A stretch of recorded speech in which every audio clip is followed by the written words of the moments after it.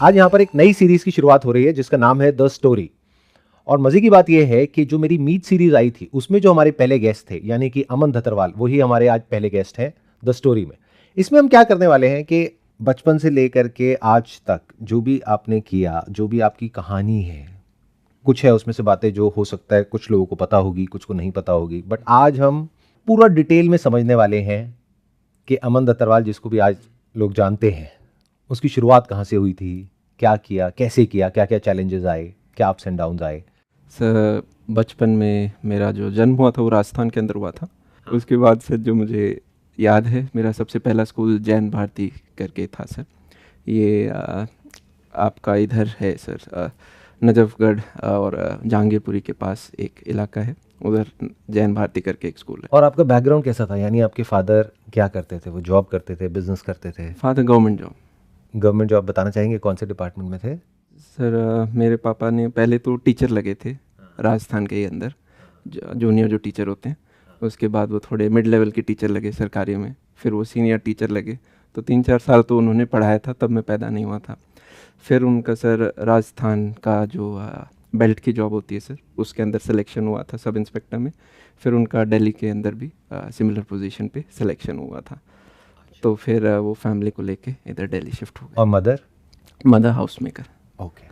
फिर हौस खास के अंदर लक्ष्मण पब्लिक स्कूल है, वहाँ मैं चला गया था। पापा की इंटरनली दिल्ली के अंदर जॉब चेंज होती रहती थी, तो उस हिसाब से वहाँ सर पापा ने मुझसे पूछा कि आप स्पोर्ट्स खेलो, स्पोर्ट्स खेलना बड़ा ज़रूरी है। तो बोले आप फुटबॉल खेलोगे या टेनिस खेलोगे? मुझे सर दोनों ही नहीं पता थे, मैंने ऐसे ही बोल दिया टेनिस खेलेंगे। तो उन्होंने कहा वेरी गुड, इसमें ना टीम पे डिपेंडेंट नहीं रहना पड़ता, ये सोलो गेम है, ये खेलो। तो सर 3rd क्लास से मैंने अपना टेनिस का तैयारी स्टार्ट कर दिया था। और लक्ष्मण पब्लिक स्कूल के ही अंदर लॉन टेनिस स्टेडियम होते थे, तो अर्ली मॉर्निंग जाके आप वहाँ प्रैक्टिस कर लो। और साथ में सर एक DLTR के खन्ना स्टेडियम है, जहाँ पे कॉमनवेल्थ गेम्स भी हुए थे, तो लॉन टेनिस के उधर जाके प्रैक्टिस करते थे। फिर धीरे धीरे sir 3rd 4th 5th 6th class में बढ़ने लगे। पापा का बस यही था मार्क्स अच्छे आने चाहिए और स्पोर्ट्स खेलो, और मार्क्स में भी मैथ्स में अच्छे मार्क्स आने चाहिए। मैथ्स इंग्लिश ये 2 सबसे इंपॉर्टेंट सब्जेक्ट हैं इंडिया के अंदर। ये आपने कर लिए तो आप कोई भी गवर्नमेंट एग्ज़ाम क्रैक कर लोगे, और साथ में आप स्पोर्ट्स खेलो। तो ये चलता रहा सर। 6th क्लास के अंदर मैं लक्ष्मण पब्लिक स्कूल में रहा। 7th के अंदर किसी ने कहा DPS वसंत कुंज है, ये अच्छा है यहाँ पे। तो हम भी सर टेनिस के मैचेस खेलते थे जब, तो हमें पता था कि DPS की टीम स्ट्रांग आती है, और उधर लॉन टेनिस कोर्ट्स भी हैं। तो उनका सर कुछ एंट्रेंस टेस्ट होता है DPS का, वो मैंने फेल किया, तो उसमें क्वालिफाई हो गया। तो 7th क्लास में मुझे DPS में एडमिशन मिला। मैं बचपन से काफ़ी शाय बच्चा रहा था। मम्मी कहती थी इसको सोने का सिक्का देंगे तो ये कुछ बोलेगा। लॉन टेनिस स्पोर्ट्स भी कुछ ऐसा ही होता है, आपको अकेले ही प्रैक्टिस करना होता है, कोई 8-10 फुटबॉल टाइप। तो आप कितने साल तक खेले लॉन टेनिस, यानी प्रैक्टिस कब तक करी? 10th 11th क्लास तक खेला था सर। अच्छा, स्कूल लेवल भी हो गया था, नेशनल्स तक भी मैं मैचेस। नेशनल तक पहुंच गए थे आप? सर लॉन टेनिस में एक्चुअली आईटा मैचेस होते हैं, तो इस तरीके से अंडर 12, अंडर 14, अंडर 16, तो मैं अंडर 14, अंडर 16 यहाँ तक खेल पाया था। और जब DPS के इंटर DPS कंपटीशन होते थे तो लगभग 200+ DPS हैं सर इंडिया जितने के, या पता नहीं बाहर दुबई के भी आते थे क्या 200+। मैं भी शॉक हुआ इतने सारे कैसे थे। तो वहाँ से कम्पीट हुआ, तो मैं DPS वसंत कुंज को जब हम रिप्रेजेंट कर रहे थे तो हम 3rd प्लेस पे आए। 1st प्लेस पे आया था सर DPS RK-पुरम। और ऐसे एक अंदर हवा थी कि सब DPS में भी सबसे अच्छा जो DPS है वो DPS RK-पुरम है। तो 10th क्लास के अंदर सर आपका रिज़ल्ट आता था, तो मेरा उस टाइम 10 CGPA आ गया था। तो 11th में ये अपना एडमिशन लेते थे, तो इनका एक क्राइटेरिया होता था कि मिनिमम 9.2 CGPA से ऊपर वाला अप्लाई कर पाएगा। फिर आपका ये टेस्ट लेंगे। टेस्ट लेने के बाद सर इनका एक इंटरव्यू पैनल बैठता है UPSC की तरह, जहाँ आगे 14 टीचर्स बैठेंगे, हर सब्जेक्ट के HOD। और मैंने कहा यार इंटरव्यू होगा तब तो मैं फेल हो जाऊँगा, क्योंकि मेरे को बोलना उतना नहीं आता। फिर मैंने पापा ने कहा नहीं बेटा जाओ, अच्छे तरीके से जाओ। अब एक इंट्रोवर्ट बच्चे के लिए सर सबसे शर्मिंदा वाली बात ये होती है कि उसके पेरेंट्स के साथ उसका इंटरव्यू हो जाए। तो आगे सारे थे और पापा साथ में बैठे थे। लकीली सर जो प्रिंसिपल थे उस टाइम वो स्पोर्ट्स बैकग्राउंड से थे, और मेरे सारे सर्टिफिकेट स्पोर्ट्स के अंदर थे। तो मुझे यूँ कॉन्फिडेंस आया कि शायद मेरा चांस बन जाएगा। उन्होंने मेरा देखा, उन्होंने कहा चलो गुड ठीक है, अच्छे मार्क्स हैं, स्पोर्ट्स के भी अच्छे हैं। मैं सर एक्स्ट्रा जाके बोला सर मेरे हिंदी पोइट्री में भी मैंने सर्टिफिकेट जीता है। उन्होंने कहा ठीक है। फिर मैंने कहा सर मैंने हिंदी डिबेट में भी एक जीता था। उन्होंने कहा ठीक है सर। पोएट्री पे भी मैंने जीता, मैंने 2-3 बार बोल दिया तो उन्होंने कहा चलो पोएट्री बताओ, अपना गायक बताओ। तो मैंने कहा यार ये चीज़ गलत हो गई। तो मैं हिंदी हूँ, मैं संसार का गौरव हूँ, मैं इसकी इस तरीके से कर करके। और ये आपने खुद लिखी थी? सर मेरे फादर साथ में मम्मी सब ने मिलकर कुछ लिखा अच्छा, होगा, मैंने हाँ, मतलब अकेले तो। ओरिजिनल हाँ थी, कहीं किसी की पढ़ी नहीं आपने, मतलब अपनी ही बनाई थी हाँ आपने सर, और उस आपकी टाइम फैमिली ने मिल इतना करके? नहीं था, पर पापा का उसमें मेजर कंट्रीब्यूशन था, अच्छा, मेरा बस ओके, बोलने का रहा ठीक है, होगा। ठीक है। तो वो आपने पोइट्री सुना दी उन हाँ लोगों को, पैनल को? बिल्कुल सर। फिर उनका क्या रिएक्शन था? उन्होंने सर ठीक है सिलेक्शन कर लिया था। हाँ, फिर सर मेरे को वहाँ पे साइंस मिल गया था, बेस्ड ऑन योर मार्क्स आपको साइंस वगैरह मिलता है, और साइंस में भी फिर कंप्यूटर साइंस या इकोनॉमिक्स आपका क्या मेजर सब्जेक्ट रहेगा वो मार्क्स पे, तो मेरे को सीएस मिल गया था जो मेरे को चाहिए था। तो 11th में आप आ गए डीपीएस आरकेपुरम। डीपीएस आरकेपुरम में सर। डीपीएस वसंत कुंज में और आरकेपुरम में भी कुछ मेजर डिफरेंस है in terms of crowd, in terms sir of? मुझसे आप पर्सनली पूछोगे, मुझे डीपीएस वसंत कुंज अच्छा लगा था, क्योंकि मेरी फ्रेंड्स वहाँ पे रहे 7th 8th 9th 10 4 साल में अच्छा फ्रेंड सर्कल बनता है। पर इंटरनली ये था कि आरकेपी का रिजल्ट थोड़ा आउट परफॉर्म करता था सारे डीपीएस को। या मैं टेनिस मैच भी खेल के आया तो हमें ब्राउन्स मिला था, गोल्ड डीपीएस आरकेपुरम की टीम लेके गई थी, तो ऐसे दिमाग में रहता था कि आरकेपी शायद ऊपर है। तो आपको वहाँ पे कभी कभी ऐसे फील नहीं होता था कि मैं थोड़ा, मतलब जैसे यहाँ पे सब इतने पैसे वाले हैं, सब शो ऑफ कर रहे हैं और वो सब कर रहे हैं, और सर शायद वो चीज़ ठीक रह गई, मैं हमेशा फ्रंट बेंच पे बैठता था। तो आपने 200 ज्यादा नहीं बनाए जहाँ तक मैं समझ सर पा रहा दोस्त हूँ मेरे आपकी जैसे ही कहानी थे, से। मतलब जो आगे फ्रंट बेंच पे कोई बैठ ठीक के, है, पढ़ाई लिखाई पे ध्यान देने हाँ वाले। पढ़ाई लिखाई पे ध्यान देने वाले बच्चे थे। थोड़ा सा एम्बैरेसमेंट कभी कभी होता था, जैसे मान लो स्कूटर पे हैं तो बस स्टैंड पे मैं कभी पापा के साथ अवॉइड करता था स्कूटर पे, पैदल ही चल जाती, क्योंकि 1 घंटे या 1 किलोमीटर दूर में ही था बस स्टैंड। फिर हमने सर नैनो गाड़ी ली थी उसके बाद में, टाटा नैनो। तो मैं तो सर बहुत खुश हुआ था कि गाड़ी आ गई। दो दिन बाद पता चलता है कि टाटा नैनो कोई बहुत अच्छी गाड़ी नहीं है। छोटे बच्चे को जल्दी पता नहीं होता, आप स्कूल में जब होते हो। I am just asking all this questions just to understand के where is it that you are coming from, ताकि अपने को समझ आए कि किस बैकग्राउंड से आप आए और फिर क्या ऐसे टर्निंग पॉइंट्स थे जिसकी वजह से कुछ इन्फ्लेक्शन पॉइंट्स आते हैं हर एक की सर लाइफ मेरे में, जिसकी वजह पेरेंट्स से। ने एक चीज़ बहुत अच्छी करी मेरी लाइफ में, कि एजुकेशन के लिए जो भी बेस्ट चीज़ थी ना, जैसे मेरे पापा का जो था, तो वहाँ पे यूजुअली वो बच्चे डीपीएस नहीं पहुँच पाते हैं, हम एलपीएस तक ही यूजुअली, एलपीएस भी बहुत अच्छा था, वहाँ से मेरी टेनिस स्टार्ट हुई। तो पापा ने काफ़ी एक्स्ट्रा एफर्ट्स डाले, तो जाके मुझे वहाँ पे मतलब पता चला, वरना वो नहीं कहते तो मुझे सपने नहीं आते कि डीपीएस वीके भी जा सकते हैं या डीपीएस आरकेपी भी जा सकते हैं। जैसे 11th में आए तो पापा जी ने कहा कि बेटा आप रॉजर फेडरर तो बनोगे नहीं, और लैंडर पेस मुझे बनाना नहीं, तो आप ऐसा करो इंजीनियरिंग की तरफ आप चले जाओ। हमारे लिए सर लैंडर पेस ही लेजेंड होते थे, इंडिया के बेस्ट प्लेयर थे, पर पापा ने कहा नहीं आप दूसरी में। पापा सर मेरे को एक बार चॉइस भी दिया था कि 11th क्लास में, बेटा इंजीनियरिंग की पढ़ाई करना चाहते हो या स्पोर्ट्स खेलना चाहते हो, तो मैंने कहा स्पोर्ट्स खेलना चाहता हूँ, तो पापा जी ने कहा इंजीनियरिंग कर लो। तो आपका इंटरेस्ट स्पोर्ट्स में था? Any day sir. तो कहीं ये रिग्रेट रहता है अभी लाइफ में कि अगर सर उस आई टाइम पे गेस मैं जब स्पोर्ट्स में आगे बढ़ गया होता तो? आप 18 साल से कम उम्र के होते हो तो पेरेंट्स आपके लिए बेटर डिसीजन ले पाते हैं। आई गेस जब आप शायद मेजॉरिटी स्टूडेंट्स कॉलेज में आते हैं तब वो अपना लाइफ का बेटर डिसीजन खुद ले सकते हैं, और उस पूरी जर्नी में स्पोर्ट्स ने मेरे को बड़ा कॉन्फिडेंस दिया। तो 12th में क्या रहा फिर आपका रिजल्ट? सर मेरे 95% रहे, हाँ हाँ और 11th 12th के अंदर सर जेई की कोचिंग करी थी मैंने किसी इंस्टीट्यूट से। हाँ हाँ। तो स्कूल भी जाते थे, कोचिंग भी जाते थे। कोचिंग मेरी सर पीतमपुरा तरफ थी, तो 1 घंटा 1.5 घंटा ऐसे 2 घंटा दिन का लग जाता था आने जाने में। तो 11th 12th में आप पढ़ाई भी कर रहे थे प्लस साथ साथ में कोचिंग भी कर रहे थे? हाँ सर, ये हर बच्चा एंड आई एम अज्यूमिंग कि ये बहुत ज़्यादा हेक्टिक होगा, क्योंकि एक तरफ से पढ़ाई पे ध्यान देना, उसकी भी तैयारी, और ऊपर से कोचिंग। हाँ सर डीपीएस में आप हो तो वहाँ पे क्या है, डमी अटेंडेंस नहीं लगती। हाँ तो आपको कोचिंग भी जाना है, और कोचिंग में सर कभी कभी होता है कि सारे टीचर्स बेस्ट नहीं होते, तो आप फिर कुछ इंडिविजुअल ट्यूशन की तरफ भी जाते हो।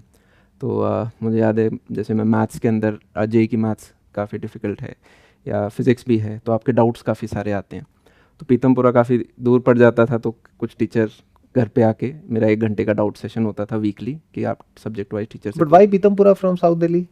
सर उस इंस्टीट्यूट के 2-3 सेंटर थे, तो पहले तो मैं सफदरजंग में गया, फिर जो बेस्ट टीचर्स थे वो पीतमपुरा सेंटर के अंदर थे, तो मैं फिर आरकेपुरम से उधर जाता था। फिर उसके बाद आपने कोचिंग करी और फिर क्या रिजल्ट आया? सर ये रहा कि आईआईटी जेईई जो था उसके अंदर सर कुछ भी बहुत अच्छा मिला नहीं, मतलब रिजल्ट उतना ठीक नहीं रहा। जेई के 2 पेपर होते हैं, जेई एडवांस और जेई मेन। जेई मेन दे दिया था, पर जब हम उस टाइम थे मुझे बस यही पता था कि आईआईटी होता है और एक बिट्स पिलानी होता है, और पापा जी ने कह दिया था कि देखो बिट्स का पेपर दे दो पर उसकी फ़ीस नहीं दे पाएंगे क्योंकि वो 20 लाख के करीब है उसकी फ़ीस, तो कुछ गवर्नमेंट कॉलेज का ही आप देखना। मुझे उस टाइम नहीं पता था एनआईटीज़ भी होती हैं, ट्रिपल आईटीज़ भी होती हैं, एनएसआईटी डीटीयू ये सब भी हैं। तो सर जब रिज़ल्ट आया तो जेई मेंस का तो ठीक था सर, पर जेई एडवांस में कुछ उतना मिला नहीं था। उस टाइम सीट्स भी थोड़ी कम थी, अब सीट्स आईआईटी में थोड़ी बढ़ भी गई। तो मैं सर, मुझे याद है रिज़ल्ट आया तो उस दिन मैं रोने लग गया। ऐसी एक टेबल बैठी थी, मैं पकड़ के सर अपना नीचे, फिर तो मम्मी ने कहा कोई बात नहीं, आप अगले साल फिर से कोशिश कर लेना। उन्होंने कहा 5 दिन गाँव जाके आ जाओ, थोड़ा आप माइंड फ्रेश कर लो। तो मैं राजस्थान की तरफ आ गया। फिर इतने में घर से पापा का कॉल आता कि न्यूज़पेपर में एक आर्टिकल छपा है कि दिल्ली में एक कॉलेज है एनएसआईटी करके, इसमें लिखा है कि गूगल में 8 बच्चों की प्लेसमेंट लगी है 1.25 करोड़ के पैकेज पे, और सरकारी कॉलेज है। तो इसमें जेई मेन से सिलेक्शन होता है, जितने तेरे मार्क्स आए इस पे हो जाएगा, तो तुम आके चेक करो ये कॉलेज क्या है। तो सर फिर मैं दिल्ली आया, फिर मैंने चेक किया तो पता चला एक डीटीयू कॉलेज है। तो आईआईटी दिल्ली है सर दिल्ली के अंदर, फिर इसके अंदर 2-3 और अच्छे कॉलेजेस हैं, एक डीटीयू है, एक एनएसआईटी है, फिर एक वुमेन के लिए आईजीडीटीयूडब्ल्यू है, और उस टाइम एक ट्रिपल आईटी दिल्ली भी खुला था, सेमी गवर्नमेंट। तो मेरा ट्रिपल आईटी में सर कंप्यूटर साइंस मिल रहा था और एनएसआईटी में। और सर मैंने मेन वाइल, क्योंकि सब गवर्नमेंट एग्ज़ाम से हैं, तो मैंने सोचा यार क्यों इंजीनियरिंग के अंदर जाएं। मैं रॉकस्टार मूवी देखी थी सर, रॉकस्टार मूवी में वो स्टेन स्टीफेंस और हिंदू कॉलेज का आगे का मैंने एनवायरनमेंट देखा, मैंने कहा डीयू जाएंगे, डीयू अच्छा लग रहा है। सर मेरी इच्छा थी कि मैं डीयू से अपनी 3 साल की डिग्री करूं, वैसे भी आगे गवर्नमेंट एग्ज़ाम की तैयारी करनी है, तो क्यों 4 साल बीटेक में ख़राब करें, 3 साल करके जल्दी गवर्नमेंट जॉब लगेगी। तो पापा जी के पास मैं गया कि पापा इधर मेरे को हिंदू कॉलेज में एडमिशन मिल रहा है और इधर एनएसआईटी में मिल रहा है। तो पापा ने कहा बेटा क्या करना चाहते हो, डीयू जाना चाहते हो इंजीनियरिंग? मैंने कहा पापा डीयू जाना चाहता हूँ। तो उन्होंने कहा ठीक है बेटा इंजीनियरिंग कर लो। फिर सर एनएसआईटी के अंदर मैंने एडमिशन ले लिया, और कॉलेज जाने से पहले सर मैंने बस एक अपने आप से प्रॉमिस किया कि मुझे ये पता था कि मैं पेरेंट्स की सारी बात मानता हूँ, मतलब गुड बच्चे वाली कैटेगरी में मैं हूँ। मुझे एक चीज़ अपनी ठीक करनी है, वो ये है कि मुझे बोलना सीखना है, कि बहुत जो शाय हो कहीं भी कुछ नहीं बोलते, वो थोड़ा सा आप बोलना स्टार्ट करें। तो जब कॉलेज के अंदर गए तो यही माइंडसेट था कि पर्सनालिटी पे थोड़ा वर्क करेंगे, पर्सनालिटी पे थोड़ा वर्क करेंगे। तो फर्स्ट ईयर में सर मैं अच्छे से पढ़ा। जैसे जैसे सर सेकंड सेमेस्टर के अंदर आया, फिर मुझे ऐसा रियलाइज़ होना स्टार्ट हुआ कि शायद मुझे कोडिंग की तरफ या इंजीनियरिंग की तरफ उतना इच्छा ना हो, मेरी शायद इंटरेस्ट यूपीएससी की तरफ, गवर्नमेंट एग्ज़ाम्स की तरफ ज़्यादा होगी। तो मैंने कहा कि थोड़ा यूपीएससी की तैयारी करते हैं, और मीनवाइल सर किसी सोसाइटी में एडमिशन नहीं मिला मुझे, तो मैंने अपना एक यूट्यूब चैनल स्टार्ट किया था। और मुझे लगा कि यार कहीं लिखा था शीशे में देख के बात करो तो आपका कम्युनिकेशन ठीक होगा। तो सर मैंने ट्राई किया, वो बड़ा क्रीपी सा लगा मुझे खुद से बात करना। तो फिर मैंने सोचा वीडियो बनाते हैं। अब मैंने कहा वीडियो किस बारे में बना सकते हैं? मैंने कहा मैं 12th का पेपर देख के आया हूँ, मैं 12th के पेपर के बारे में ही बात कर लेता हूँ। तो वहाँ से सर फर्स्ट ईयर से मैंने एक चीज़ स्टार्ट करी कि मान लो आपके जितने भी सब्जेक्ट्स होते हैं, तो उनके मैंने सर फिज़िक्स हो गई या कंप्यूटर साइंस हो गई या जो भी मैथ सब्जेक्ट्स हो गए, तो उनके मैं शॉर्ट्स नोट्स बना देता था, और बच्चों के पेपर आते थे तो मैं उनको प्रोवाइड कर देता था। उस टाइम सर डे 1 से आप मोनेटाइजेशन ऑन कर सकते थे, तो पर वो उधर ध्यान नहीं था, तो मैंने भी 8-10 महीने कोई मोनेटाइजेशन। कौन से साल की बात है ये सर 2015। अब सर मेरे व्यूज़ आ रहे थे 10, 15, 20 इस टाइप के, और जो मेरा तीसरा वीडियो था ना, वो मेरे पेरेंट्स ने देख लिया। पता नहीं क्या, मेरी मम्मी यूट्यूब पे अपने बेटे का ही नाम सर्च कर रही थी क्या, तो वहाँ पे मेरा वो वीडियो आ गया। तो मम्मी ने कहा चलो ठीक है, इसने बोलना तो स्टार्ट किया। मम्मी खुश थी, पर मेरे को तो यार मम्मी को पता चल गया मैं वीडियो बना रहा हूँ। तो उन्हें शुरुआत में तो ठीक लगा, फिर उन्होंने देखा ये रुक नहीं रहा है, तो वो वीडियो सर 10 हो गए, 15 हो गए, 20 हो गए। तो उन्होंने कहा बेटा आप इंजीनियरिंग करने गए थे, आप ये सारे काम क्या कर रहे हो? तो मैंने कहा मम्मी देखो 10 मिनट का वीडियो है, इसे बनाने में 10 ही मिनट लगते हैं। सर असलियत में तो कितना टाइम लग जाता था, 6 घंटे लगते थे, नोट्स आप बनाते हो दिन लग जाता था, और जियो नेटवर्क कुछ था नहीं, वाईफाई हॉस्टल में होता नहीं था। तो हमारी सर इंजीनियरिंग लैब्स होती थी जहाँ पे हमें वाईफाई मिलता था लाइब्रेरी के पास, तो उधर जाके अपलोड करते थे। एडिट कैसे करते थे आप? सर एडिट जो मेरे पास आई मूवी करके एक था, उसी के अंदर। और शूट कैसे करते थे, मोबाइल से या? सर वो फ़ोन को उल्टा कर लेते थे, फ्रंट कैमरा जो होता था उससे ठीक है। हो जाता था। और साउंड उसी का, मोबाइल का साउंड उसी का सर, खिड़की खोल लो लाइट आ जाती थी, हाँ हाँ ठीक है, और ठीक है। हॉस्टल रूम के अंदर बैठ के आप अपनी सारी चीज़ कर सकते हो। कितने टाइम तक करते रहे ये आप यूट्यूब पे? सर ये फर्स्ट ईयर से कंटिन्यू रहा और फिर धीरे धीरे वो चलता ही रहा। फर्स्ट और ईयर कब भी क्लिक हुआ, मतलब पहली वीडियो कब अच्छे व्यूज आने शुरू हुए? सर मेरे को 3 साल लग गए थे 1 लाख सब्सक्राइबर करने में, तो मेरी जर्नी काफ़ी स्लो टाइप सी रही थी। पर अगर आप फिर भी बोलोगे, आई गेस 1 साल के बाद मेरा एक वीडियो था जो थोड़ा सा पिक कर गया था, अराउंड 70-80 थाउजेंड या लाख के करीब। तो मैंने अपने दोस्तों को बताया, यार ये देख इतने आ गए। उन्होंने कहा अरे वाह यार ये इतने आ गए, गुड। आप क्या हफ्ते में एक अपलोड करते थे, डेली करते थे, क्या करते सो थे? कोई फिक्स शेड्यूल नहीं था। अगर नोट्स देने हैं तो वीकली नोट्स मैं बना देता था, मुझे बनाने में 4-5 दिन कभी लगते थे। बट उस एवरेज हिसाब क्या होगा मतलब? से शुरुआत में हो सकता है मैं 15-20 दिन में डालता हूँ, फिर एग्ज़ाम्स जब पास आ जाते थे तो हो सकता है मैं 5-5 दिन 3-3 दिन में डाल रहा हूँ, फिर एकदम पास आ जाते थे तो सर मैं लाइव चला जाता था। मे बी उस टाइम पे इस पर्टिकुलर सेगमेंट में जिसमें आप थे इतना ज़्यादा कंपटीशन नहीं था। नहीं सर कोई नहीं था, नहीं, कोई तो होगा। मतलब कोई, मतलब सर ज़्यादा लोग नहीं थे। आज अगर 500 लोग हैं तो उस टाइम 5 थे।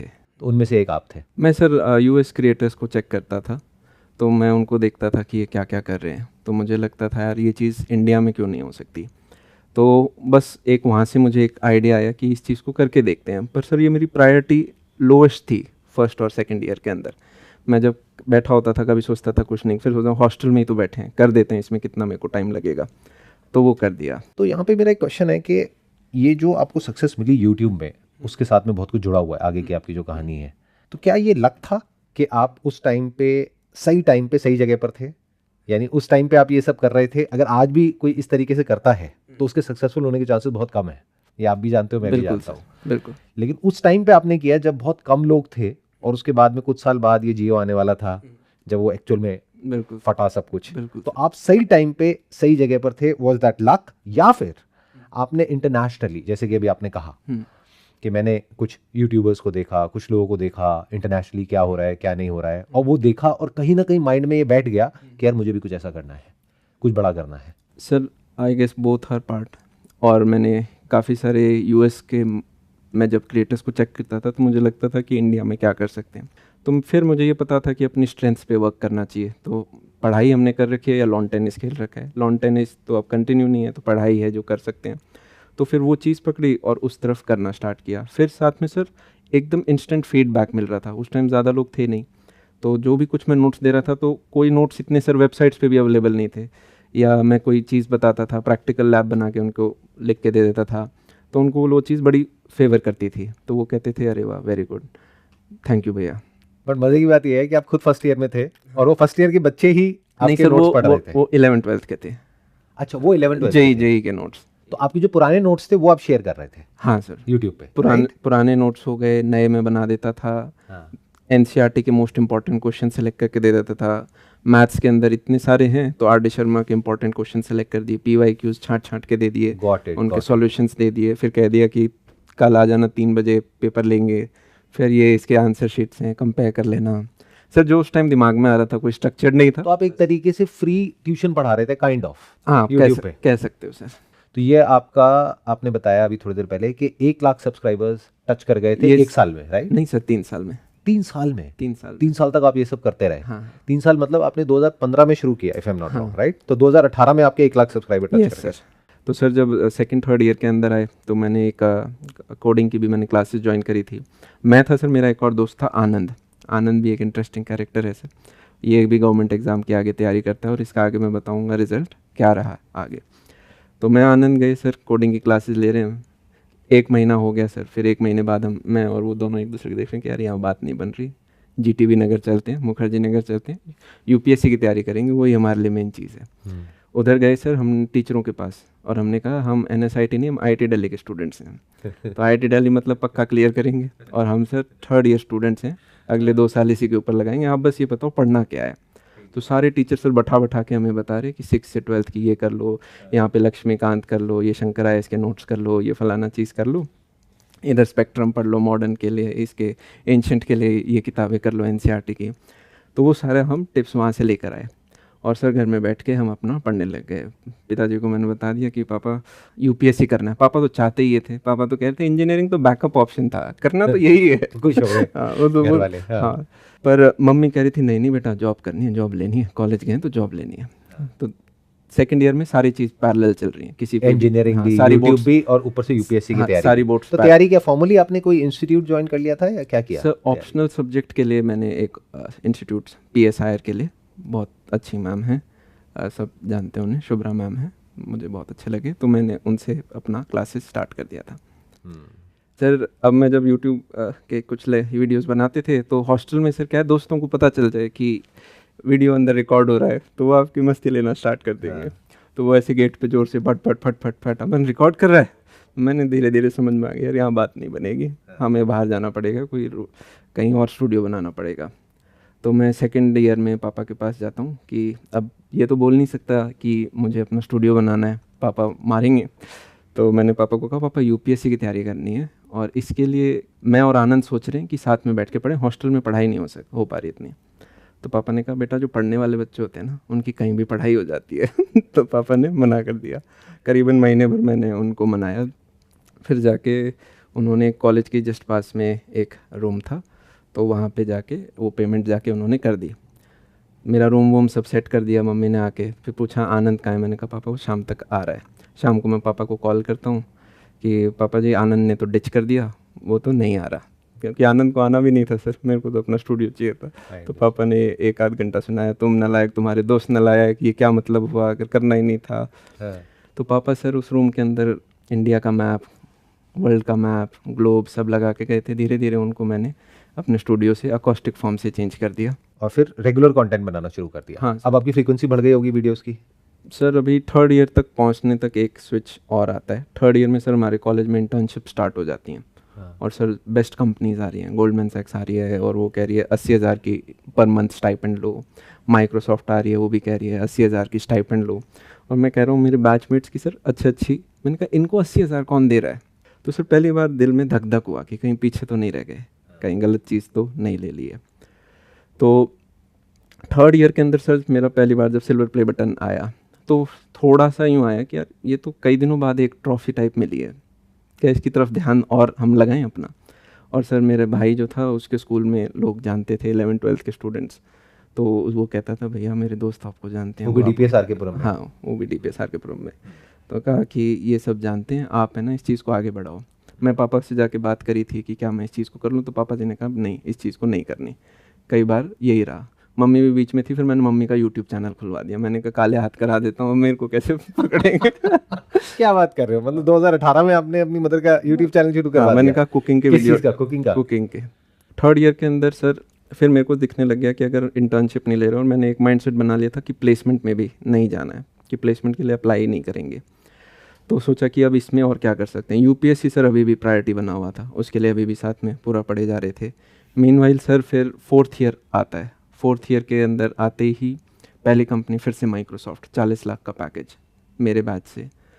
मैंने कहा सर 40 डिवाइडेड बाय 12, महीने के 3 लाख से ऊपर इनको कौन दे रहा है। तो उस टाइम सर नहीं पता था कि बेस, एक आध का ही तो लगा होगा पैकेज, इतना सबका थोड़ी लग गया होगा। सर पूरा बैच प्लेस होता है हमारे कॉलेज में आईटी कंप्यूटर साइंस का। बट आपने कोई प्लेसमेंट नहीं ली? नहीं सर, जान करके? हाँ सर, बैठा ही नहीं, क्योंकि यूट्यूब से अच्छा पैसा आ रहा था? नहीं आ रहा था उस टाइम, व्यूज आ रहे थे सर। ये था कि यूपीएससी करना है, इंजीनियरिंग कौन करेगा। अच्छा। मुझे लगता था सर शायद कैबिन में बैठ के कुछ करना पड़ता होगा, मुझे नहीं पता था कॉर्पोरेट ऑफिसेस बहुत बड़े होते हैं। मैं सोचा कोई क्यूबिकल होगा, उसमें जाके कोडिंग करनी होगी। मेरे घर में किसी ने ही नहीं किया ये, सब गवर्नमेंट जॉब में है, सब बेल्ट की जॉब कर रहे हैं, कोई आर्मी में है, कोई पुलिस में है, ये चीज़ करनी है। फादर का भी सपोर्ट था यूपीएससी के लिए। हाँ, तो 4th ईयर सर आया, ये प्लेसमेंट्स लगनी स्टार्ट हुई। मैं दोबारा धक धक उस टाइम बहुत ज़ोर से हुई थी। पहली बार मुझे दिमाग में ऐसे याद है कि ऐसे यूँ फील हो रहा था कि कोई नब्ज़ ऐसे कर रही है, जैसे आपको होता है ना एक बार। तो मैंने एकदम से आया यार कुछ नहीं और कुछ नहीं तो नॉन टेक में बैठ जाते हैं, क्वांट एप्टीट्यूड पूछ रहे हैं, निकाल देंगे, कोई नहीं, 6-8-10 लाख का तो पैकेज लगेगा। तो उस तरीके के आए। फिर बीच में आया नहीं यार कोई नहीं, कैट का पेपर दे दें क्या, एमबीए के लिए वो सिक्योर हो जाएगा, फिर 1 साल का जो टाइम होगा उसमें यूपीएससी की तैयारी कर लेंगे। देखा कैट में कौन पढ़ा, मतलब ऐसे हर दिन माइंड चेंज हो रहा है।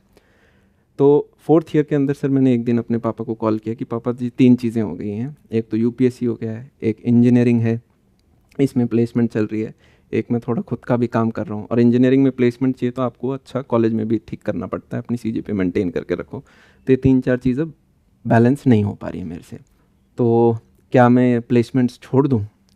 सर पूछना पड़ता है ना एक बार छोड़ने से पहले थोड़ा। पापा ने कहा हाँ बेटा छोड़ो, इसमें किस लिए जाना है ये तो जाना ही नहीं। तो सर मेरा एकदम से एक प्रेशर काफ़ी डाउन हुआ। दूसरा सर फिर ये पता था यूपीएससी नहीं छूटने देंगे ये लोग, गवर्नमेंट जॉब नहीं छूटने देंगे। तो मैं सर 4th ईयर के अंदर मैंने अपने दिमाग में अपने आप को थोड़ा सा कन्विंस किया, पापा से भी जाके बात करी, पापा फिर से नहीं माने। फिर जाके मेरे घर में एक छोटा भाई है, वो सर थोड़ा शैतान एक्टिव, थोड़ा उस टाइप से ज़्यादा है। फिर वो सर खुद गया जाके और उसने, पापा अपने वो सोफ़े के ऊपर बैठे थे आराम से, जो जहाँ न्यूज़पेपर पड़ा होता है, पर्दा खोला, उसने बोला जाके कि पापा आप भैया का भविष्य बर्बाद कर रहे हो अब इतना बड़ा जब जैसे ही बॉम्ब डाला तो एक बार पापा को भी सेट पैक हो गया कि कहीं यार बर्बाद तो नहीं कर रहे। तो फिर उन्होंने बुलाया मुझे और उन्होंने पूछा क्या करना, तो मैंने कहा पापा यूपीएससी तो देखो अटेम्प्ट्स काफ़ी हैं, कॉलेज के बाद भी दे सकते हैं, अगर मैं 4th ईयर और 4th ईयर के अगले साल 2 साल एक डेडलाइन के साथ अपने आप को दे देता हूँ, अगर चीज़ बन गई तो ठीक है, अगर कुछ नहीं कर पाए तो फिर मैं यूपीएससी के अंदर लग जाऊँगा। सर 4th ईयर में मैं सर इस चीज़ के पीछे ज़बरदस्त लगा। 3rd ईयर के बाद जो समर ब्रेक होता है उसमें लोग तो सर कोडिंग पढ़ रहे थे, मैं एग्रेसिवली इसके अंदर लग गया। तो अब क्या फ्रीक्वेंसी हर डे में करने लग गया था, एवरी डे में एक्टिव होने लग गया था उस चीज़ के ऊपर। आप क्या करते थे और आपकी फ्रीक्वेंसी क्या थी? मतलब वही नोट्स अपलोड करते थे बच्चों के लिए, 11th-12th के बच्चों के लिए? सो उसके बाद जो बच्चा मांग रहा है ना, जो कमेंट सेक्शन में मुझे ज़्यादा दिख गया उसके ऊपर मैं एग्रेसिव हो जाता था कि जो मुझे पढ़ाने को मिल गया। सर आप फिज़िक्स के अंदर भी सब्जेक्ट देखोगे 15 चैप्टर हैं, एक एक के नोट देखोगे तो 15 दिन हो जाएंगे, मैथ्स देखोगे तो इतने सारे चीज़ें निकल के आप daily videos upload?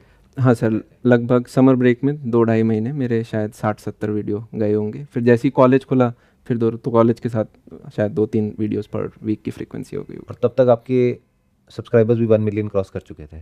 4th year के एंड में सर 1 मिलियन हो गया था। अच्छा। उस जर्नी पे चल रहे थे, मैंने सोचा सर अब क्या कुछ बना सकते हैं। तो मीनवाइल मेरे को समझ में आया कि क्या मैं कुछ टीचर्स को इकट्ठा कर सकता हूँ और उन टीचर्स को कहूँ कि आप पढ़ाओ, आप अपने ऑफलाइन में पढ़ा रहे हो, जैसे पढ़ा रहे हो पढ़ाओ, आप बस वो जो रिकॉर्डिंग है ना वो आप अवेलेबल करा दो मुझे और मैं उन बच्चों को दे दूँगा कुछ 1000-2000 रुपीज़ में। अगर आप बहुत सारे बच्चों को दोगे तो शायद इकोनॉमिक्स आपके लिए मैच कर जाए, ऑफलाइन तो आप पढ़ा ही रहे हो जो कर रहे हो, आपके लिए ऑनलाइन के एडिशनल इनकम हो जाएगा। तो ये करने के लिए सर मैंने कुछ टीचर्स रीच आउट करने स्टार्ट किए, अपने पुराने कोचिंग इंस्टीट्यूट में टीचरों से बात करी, वो नहीं माने, फिर उन्होंने अपने दोस्तों का रेफरेंस दिया तो वहाँ गया, तो बीकानेर में सर मुझे पहला रेफरेंस मिला।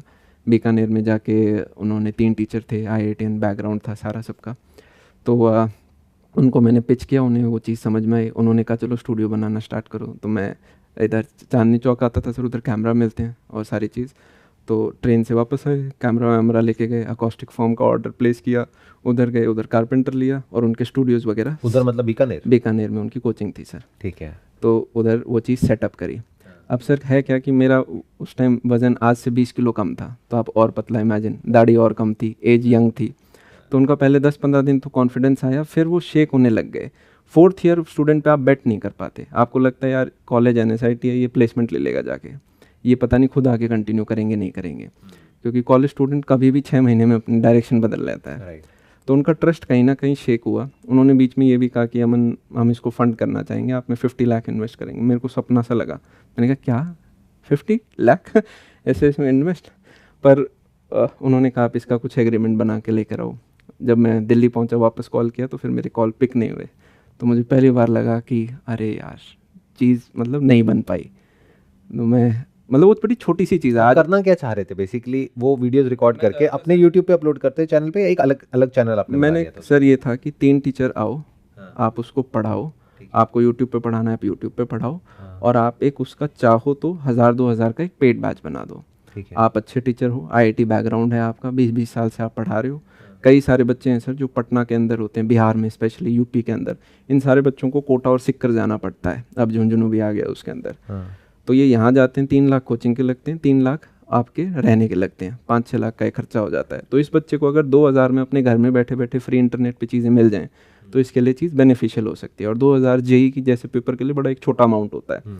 तो मैंने सोचा था क्या 2000 बच्चे, 2000 फीस और स्टूडेंट्स ज़्यादा हों, इसके साथ कुछ बनाया जा सकता है। तो ये मेरा थॉट ये आपने प्रोसेस सोचा था, लेकिन हुआ क्या कि आपने वहाँ पे सारा सेटअप तो कर दिया जिसमें हाँ। पैसा भी लग गया, हाँ, लेकिन फिर वो बीच में ही अटक गया पैसा मामला। मेरा नहीं लगा सर, उन्हीं का लगा। अच्छा, उन्हीं के पैसे से आपने सारा हाँ, बनाया था? सब स्टूडेंट कहाँ से पैसे लगाएंगे। अच्छा ठीक है, तो वो सारा वहीं पे खत्म हो गया, बीकानेर वाला जो काम था। फिर सर एक और फरीदाबाद में मेरे को कहीं रेफरेंस मिला, उधर में गया। उधर सर स्कूल के अंदर जेई और स्कूल साथ में कराते हैं, मॉडल से होता है कई जगह पे। तो जैसे मैं टीचर हूँ, मान लो आप मेरे को प्रेजेंट कर रहे हो अपना आइडिया, तो क्या आइडिया है आप? सर जॉब वाले टीचर तो कर ही नहीं पाएंगे। जैसे मान लो आप अगर एलएन में पढ़ा रहे हो तो एलएन आपको अलाउ नहीं करेगा। ठीक है। तो मुझे ऐसे टीचर्स ढूंढने थे जो खुद का इंस्टीट्यूट चला रहे हैं और फिर अच्छा पढ़ाते हैं और क्रेडेंशियल्स अच्छे हों।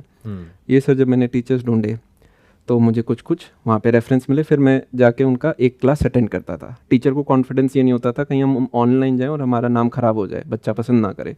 तो मैं छाँट के सर बता देता था कि सर फिजिक्स में आप ये अच्छे रहोगे, केमिस्ट्री में आप रहोगे। 2-2 3-3 टीचर की टीम रहती थी इंस्टीट्यूट में। तो इस तरीके से सर रहता था। तो बीकानेर वाला जो आपने किया वो तो आइडिया ड्रॉप हो गया बीच में। अब यहाँ पे फरीदाबाद में आपने क्या किया, वापस से यहाँ पे एक स्टूडियो मैं बनाया? दूसरे एक और टीचर्स को लेकर आया। हाँ ढूंढा मैंने। हाँ, उनसे बात करी। ठीक है। उन्होंने कहा कि करो आप इसको, 14 रूम है, 14 स्टूडियो बना दो हमारे 14 क्लासरूम से। अच्छा, उन्हीं की कोचिंग में? हाँ ठीक है। मैंने कहा इसमें तो पैसा ज़्यादा लगेगा सर। उन्होंने कहा पैसे की कोई कमी नहीं। अच्छा। मैंने पहली बार सर ये सुना। मैंने कहा ठीक है सर बना देंगे। फिर धीरे धीरे सर उनका भी ये था कि चलो इससे सारी इन्फॉर्मेशन ले तो ली है, अब हम इसे खुद ही कर लेंगे। हाँ। तो उन्होंने कहा कि हम इसको है ना सीडी, सारे लेक्चर्स बनाएंगे और सीडी में लेके फिर बेचेंगे। हाँ। मैंने कहा सर आप चाहे अकेले काम कर लो, बस इसको सीडी में मत बेचना। सीडीओं का टाइम जा चुका। अच्छा, वो कोई पुराने वो होंगे ना, एज ज़्यादा होगी उनकी, मतलब मैं समझ रहा हूँ। हाँ। 35-40 थी, पर उन्होंने कहा सीडीज़ में बेचेंगे। मैंने कहा सर सीडीओ में मत बेचना, इंटरनेट का टाइम आ गया। और कुछ नहीं तो पेन ड्राइव या एटलीस्ट अब तो सारे आपकी वेबसाइट्स वगैरह सब बंद बना जाएंगी। सीडी का टाइम, सीडी प्लेयर ही नहीं होता आजकल लोगों के पास, कहाँ देखेंगे। ये 2018-19 की बात है? 19 की बात है। अब 19 में हम धीरे धीरे एंटर होने लग गए। ठीक है।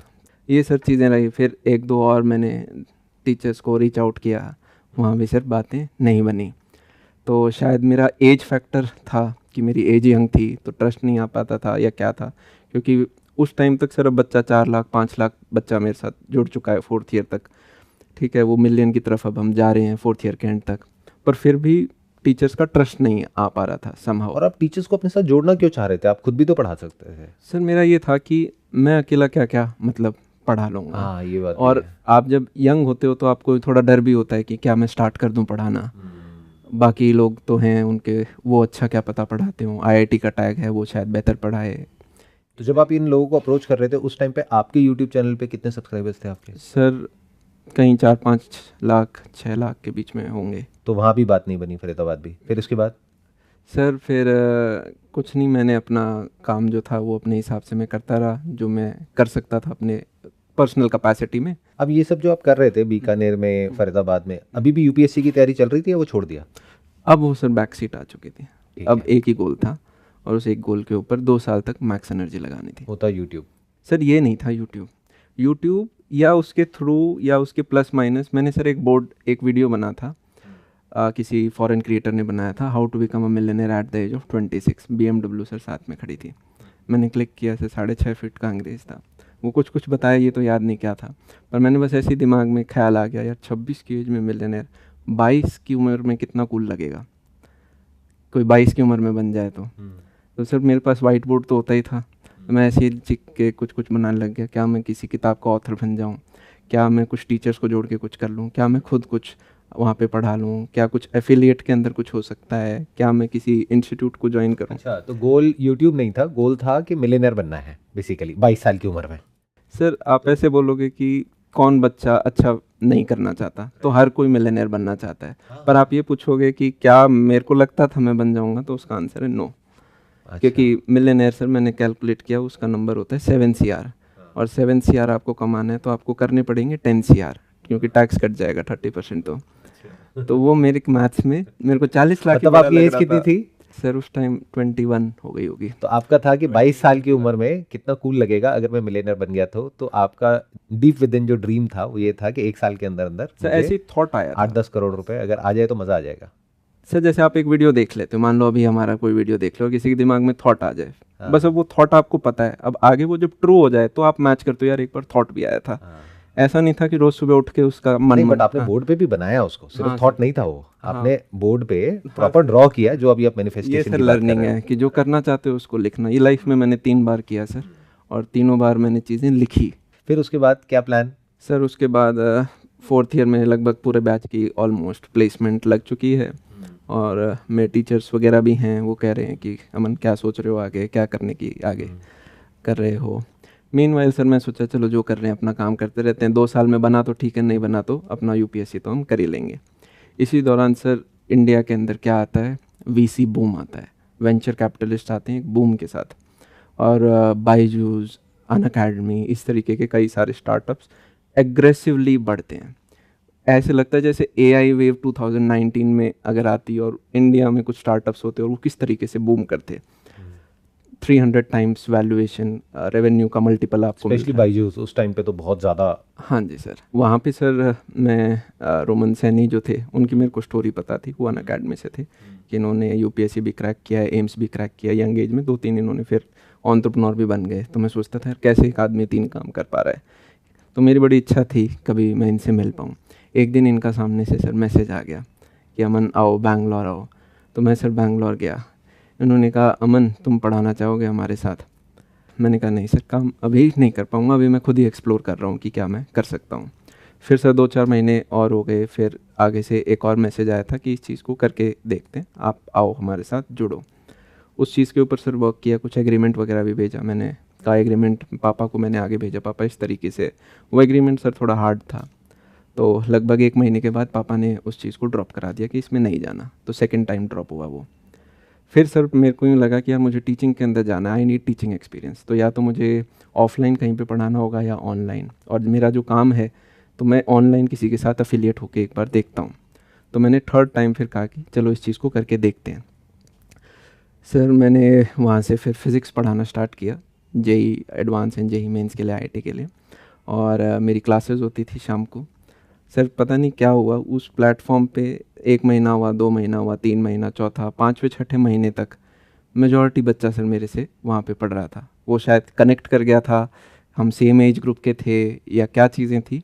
तो मेरा सर ये होता था कि मुझे बच्चों के साथ वैसे बैठने में बहुत मज़ा आता है, आप कितना ही बैठा लो मुझे। 2 घंटे की जगह क्लास होगी, मैं 3.5 घंटे बैठ जाऊँगा, मुझे मज़ा आएगा, मैं लास्ट के बच्चे से बात करता रहूँगा।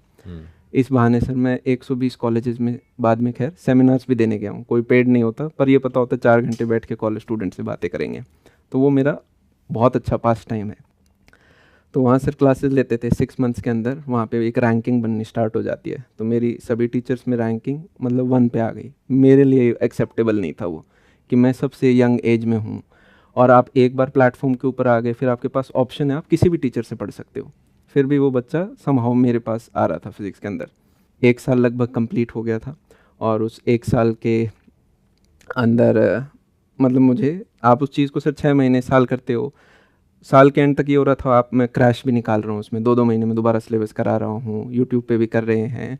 और मैंने सर उनको यही कहा था कि मेरी जो फ्री क्लासेस है ना, वो मेरे को ज़्यादा रखनी है, चाहे आप पेड में मेरी कम करा देना, क्योंकि मैं बच्चे को यही बोल पाऊँगा कि ये मेरी फ्री क्लासेस हैं, इनको आप आके देख लो। अब कोई आपके प्लेटफॉर्म पे आके मेरे से और पढ़ना चाहता है, वो एडिशनल है। मेरी हिम्मत सर थोड़ी, जैसे आपकी नहीं बन पाती ना, तो वैसे मेरी भी बड़ी कम बन पाती थी। मैं काफ़ी डरता था उस चीज़ से कि ये चीज़ नहीं करनी है, इसीलिए मैंने पहले 2 बार भी उन्हें मना किया था।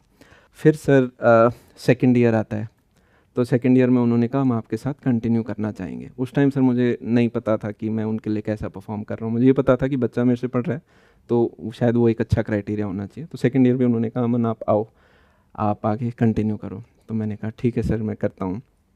और सेकंड ईयर में मुझे और पढ़ाने में मज़ा आया सर फिज़िक्स में। बच्चे सर और जुड़ते गए और जुड़ते गए। सर इन्होंने खुद इकोनॉमिक टाइम्स में अभी 5 दिन पहले आर्टिकल लिखवाया है, या किसी और ने लिखा है, नॉट श्योर ऑथर कौन है। तो उसमें सर ये था कि एक बार कई सारे सेलिब्रिटीज़ को बुलाते थे, और मेरे लिए काफ़ी बड़ी बात है। तो सर उन्होंने लिख रखा है आर्टिकल में कि एक बार हमने विराट कोहली और अनुष्का को बुलाया था, तो उसमें 70,000 बच्चे आए थे, पर दत्तरवाल की क्लास के अंदर 1 लाख बच्चे होते थे। सर मेरी फ्री क्लास की मैं बात कर रहा हूँ, पेड की नहीं है। ये कब की बात है? ये during Covid, if I am not wrong. हाँ सर 2021 का बात। तो उन्होंने सर इस चीज़ को धत्तरवाल मॉडल कर दिया। उन्होंने बोला वी नीड टीचर्स लाइक अमन धत्तरवाल, जो कि हमें अब सेलिब्रिटीज़ नहीं चाहिए, हमें टीचर्स चाहिए जो कि इस चीज़ को कर पाएँ। तो मैं सर उनमें से, उन्होंने लिख रखा है कि Aman was one of those teachers who was profitable for us. I may be wrong, but मेरे को ये लगता है कि क्योंकि आपकी एज सबसे कम थी टीचर्स में जो आपने बताया, तो इसी वजह से आपका जो कनेक्शन था वो बहुत स्ट्रांग था, नंबर 1। नंबर 2, क्योंकि आपने यूट्यूब पे इतना कुछ किया जो इतने सालों से आप कर रहे थे, बिल्कुल सर। तो आपका एक कैमरे के साथ एक अलग तरह का रिलेशन था in comparison to other teachers who were doing it. आपको पता है कि उस ऑनलाइन ऑफलाइन को कैसे दोनों को साथ लेकर के चलना है, कि आप पढ़ा रहे हो ऑफलाइन बच्चों को लेकिन ऑनलाइन वालों को भी साथ लेकर के चल सर रहे हो, बस राइट? दिमाग में कि ये मेरे को पता था कि जो टॉपर बच्चा है ना, वो टीचर डिपेंडेंट नहीं है। उसको आप कहीं भी छोड़ दो, वो रैंक लेकर आएगा। जिसको टॉप 500 में रैंक लानी है ना, आप उसको कोई भी टीचर दे दो, वो लेकर आएगा। जो नीचे का बच्चा है, अगर आपने उसका इंटरेस्ट बना दिया, तो हमेशा मैं अप्रोच ये रखता था कि नीचे वाला जो बच्चा है ना, उसको फ़न आ जाए इसके अंदर, और फिर हम वरना आप जेई एडवांस की जो फिज़िक्स है सर, वहाँ बच्चा टूट जाता है, क्योंकि थोड़ा डिफ़िकल्टी लेवल जेई एडवांस का ठीक हो जाता है। तो मैंने कहा बच्चे को जोड़ के रखना है तो लोएस्ट बच्चे के बारे में सोचो, और फिर आप ऊपर तक लेवल तक जाओ। तो इसलिए क्लासेस एक्सटेंड कर देते थे, बच्चों को भी बड़ा मज़ा आता था। सर वो बड़ा फ़न टाइम रहा था मेरे लिए। मेरे को क्लासेस लेनी थी, काम करते थे। मीनवाइल सर मैंने जो वहाँ से सैलरी कर रहा था, तो मैंने अपनी एक छोटी टीम बनानी स्टार्ट कर दी थी। मैं DTU के अंदर सेमिनार देने गया था, मैंने वहाँ से कई सारे बच्चे पिक करे। मैंने कहा आप भी पढ़ाना स्टार्ट करो। तो मेरा ये था सर कि उस टाइम यूँ नहीं सोचते थे कि हायरिंग करते वक्त क्या ध्यान रखना चाहिए, क्या नहीं ध्यान रखना चाहिए। मेरा बस ये था कुछ अच्छे बच्चे मिले, उनको साथ में जोड़ेंगे, और मैं एक सब्जेक्ट पकड़ लूँगा, वो 2 सब्जेक्ट पकड़ लेंगे, कुछ करके देखते हैं बनता है तो। उस सर सारे बच्चे मोटिवेटेड थे, लगभग 17 बच्चे। ये कौन से साल की बात है? ये सर मेरे हिसाब से 2020 की बात होगी सर।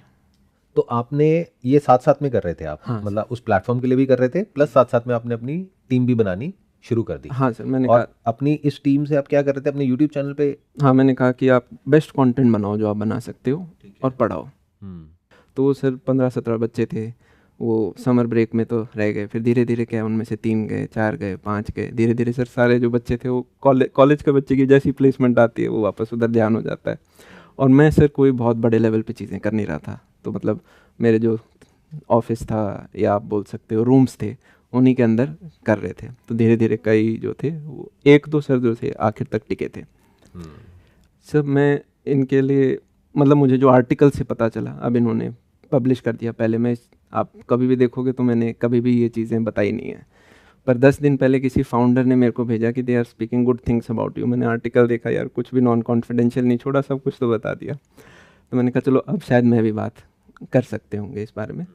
सेकेंड ईयर के एंड तक sir they wanted to acquire me, कि भाई आप एक्वायर हो जाओ, और डेडिकेटेड पूरा IIT जो है इसमें आप कुछ अगर कर पाओ तो। एक्वायर इन द सेंस आपका यूट्यूब चैनल भी? हाँ सर, उन्होंने कहा प्राइवेट लिमिटेड कंपनी एक बनाओ, और उसमें सर वो यूट्यूब मेरे को फ्री हैंड देने के लिए भी ओके थे, जितना मुझे याद आ रहा है, या नहीं थे, मेरे को एग्जैक्ट याद नहीं आ रहा, शायद अंदर था या बाहर था। पर उन्होंने कहा कि अमन आप IIT जो सेगमेंट है इसमें सारे टीचर्स को आगे करके और कुछ आप इसमें करो। फिर उसके बाद आपने क्या किया? सर वो एग्रीमेंट पहली बार मैंने देखे, SHA क्या होता है, शेयर होल्डिंग एग्रीमेंट, ये सारी चीज़ें आई, टर्म शीट वगैरह आई। नंबर उन्होंने सर काफ़ी अच्छा मेरे सामने रखा था। इस दौरान सर मेरे पास बायजूस भी आया था, पर मेरा एक था कि एक जगह जहाँ पे काम करना स्टार्ट कर दिया, जिसने फर्स्ट अपॉर्चुनिटी दी है उसको नहीं छोड़ेंगे। तो सर बायजू ने मुझे बीच में आया था और 3 टाइम्स का ऑफ़र दिया था। सर 3 भी नहीं है, वो 4.5 टाइम्स था। और घर वालों का क्या रिएक्शन था, वो क्या बोले?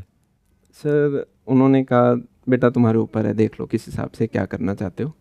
पर मेरी फाउंडर के साथ बात होती थी, तो मेरा ये था कि फ़र्स्ट अपॉर्चुनिटी मिले, सेकंड ईयर भी मैं यहाँ पे कंटिन्यू हुआ हूँ, मैं प्लेटफॉर्म ज़्यादा नहीं बदलना चाहता, एक जगह पे ही मिल जाएगी जो ग्रोथ मिलनी है।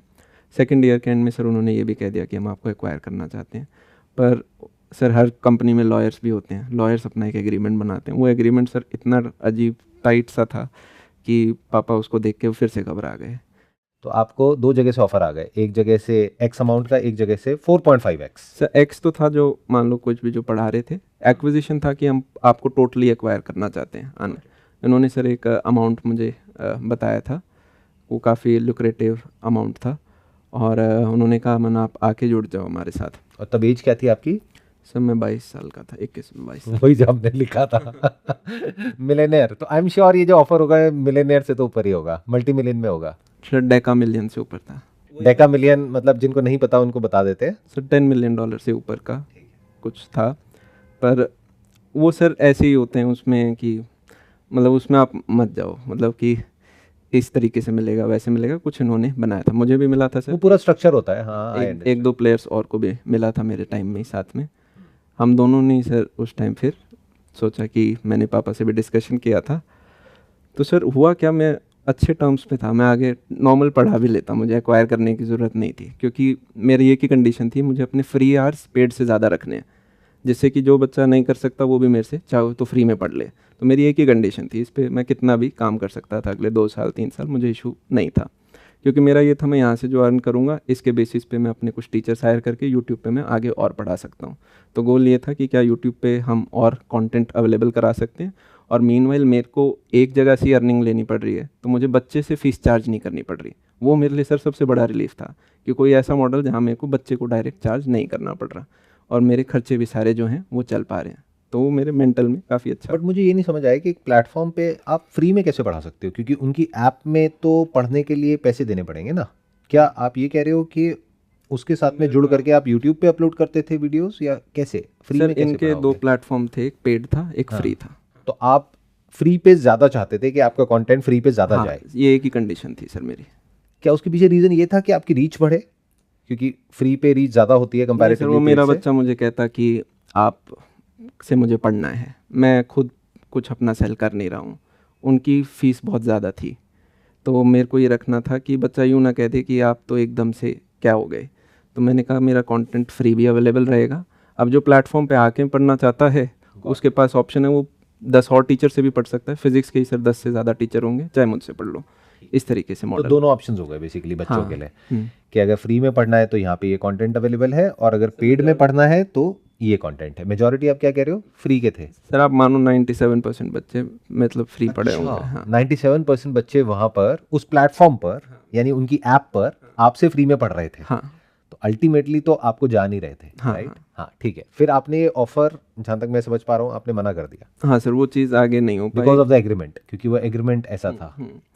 और सर वो एक थोड़ा सा फिर मेरा मन थोड़ा सा कम हो गया कि क्योंकि उसमें नॉन कॉम्पीट क्लॉज होता है, ये होता है, वो हाँ होता सर, है। वो was agreement. That the biggest reason? हाँ सर, वो यूँ लगा कि जैसे अब मैं हमेशा मतलब मैं मेरा एक्सपीरियंस ठीक रहे, मैं किसी के मतलब मेरा इच्छा फिर आगे नहीं हुई कि उस चीज़ को आगे करने की। सर मैंने वो जॉब छोड़ दी, मेरे पास एक अच्छा पैकेज था, वो आगे कंटिन्यू करना चाहते थे, एक्वायर करना चाहते थे, और दिमाग में कुछ आया, मैंने कहा इस चीज़ को मैं आगे कंटिन्यू नहीं करेंगे, छोड़ देंगे। अपना करेंगे। नहीं पता था अपना करेंगे, क्या करेंगे, कैसे करेंगे, उस अच्छा। चीज़ को ड्रॉप कर दी। 1 महीने तक सर मेरे को ज़्यादा आइडिया नहीं था कि किस तरीके से इस चीज़ को आगे बढ़ाई जाए। उस दौरान सर मैंने एनिमेटेड जो ट्यूटोरियल्स थे वो बनाने स्टार्ट कर दिए। उस टाइम पे जब आपने जॉब छोड़ी तो ऑलरेडी आपकी कोई टीम थी जो साथ साथ में आप बना रहे थे, जो बच्चे आए थे फिर छोड़ करके चले गए थे, तो वो कोई टीम या कोई सेटअप था? हाँ सर। या कुछ भी नहीं था? सर मतलब थे पर कॉलेज के स्टूडेंट्स थे, कितने मतलब बच्चे थे आपके साथ में? सर एक टाइम पे मेरे पास 20 बच्चे भी थे, फिर वो कम जितने बच्चे क्या को फॉलो अप कर पाए 10-15 हो गए, फिर 17 हो गए, तो आप मान सकते हो मतलब जिस वक्त आपने जॉब छोड़ी थी, हाँ 14-15 10-15 बच्चे होंगे मेरे एज एन इंटर्न या एज अ हाँ, व्हाट part time व्हाटएवर, थे। एज अ पार्ट टाइम आपके साथ में थे? बिल्कुल। तो वो सर मेरे घर में साथ में सब मिल बांट के काम करते थे हम। एक इतना ही सर, इससे थोड़ा बड़ा कमरा आप मान लो, तो उसमें 15 लोग बैठ जाते थे और अपना अपना लेक्चर की स्लाइड्स बना रहे हैं, मैं सबको बता देता था इस तरीके से कि कुछ भी कर लेना, पर कंटेंट जो है वो आपको ऐसा देना है कि अगले 2 साल भी आप अपने आप को बीट ना कर पाओ, आपको अपना बेस्ट देना है।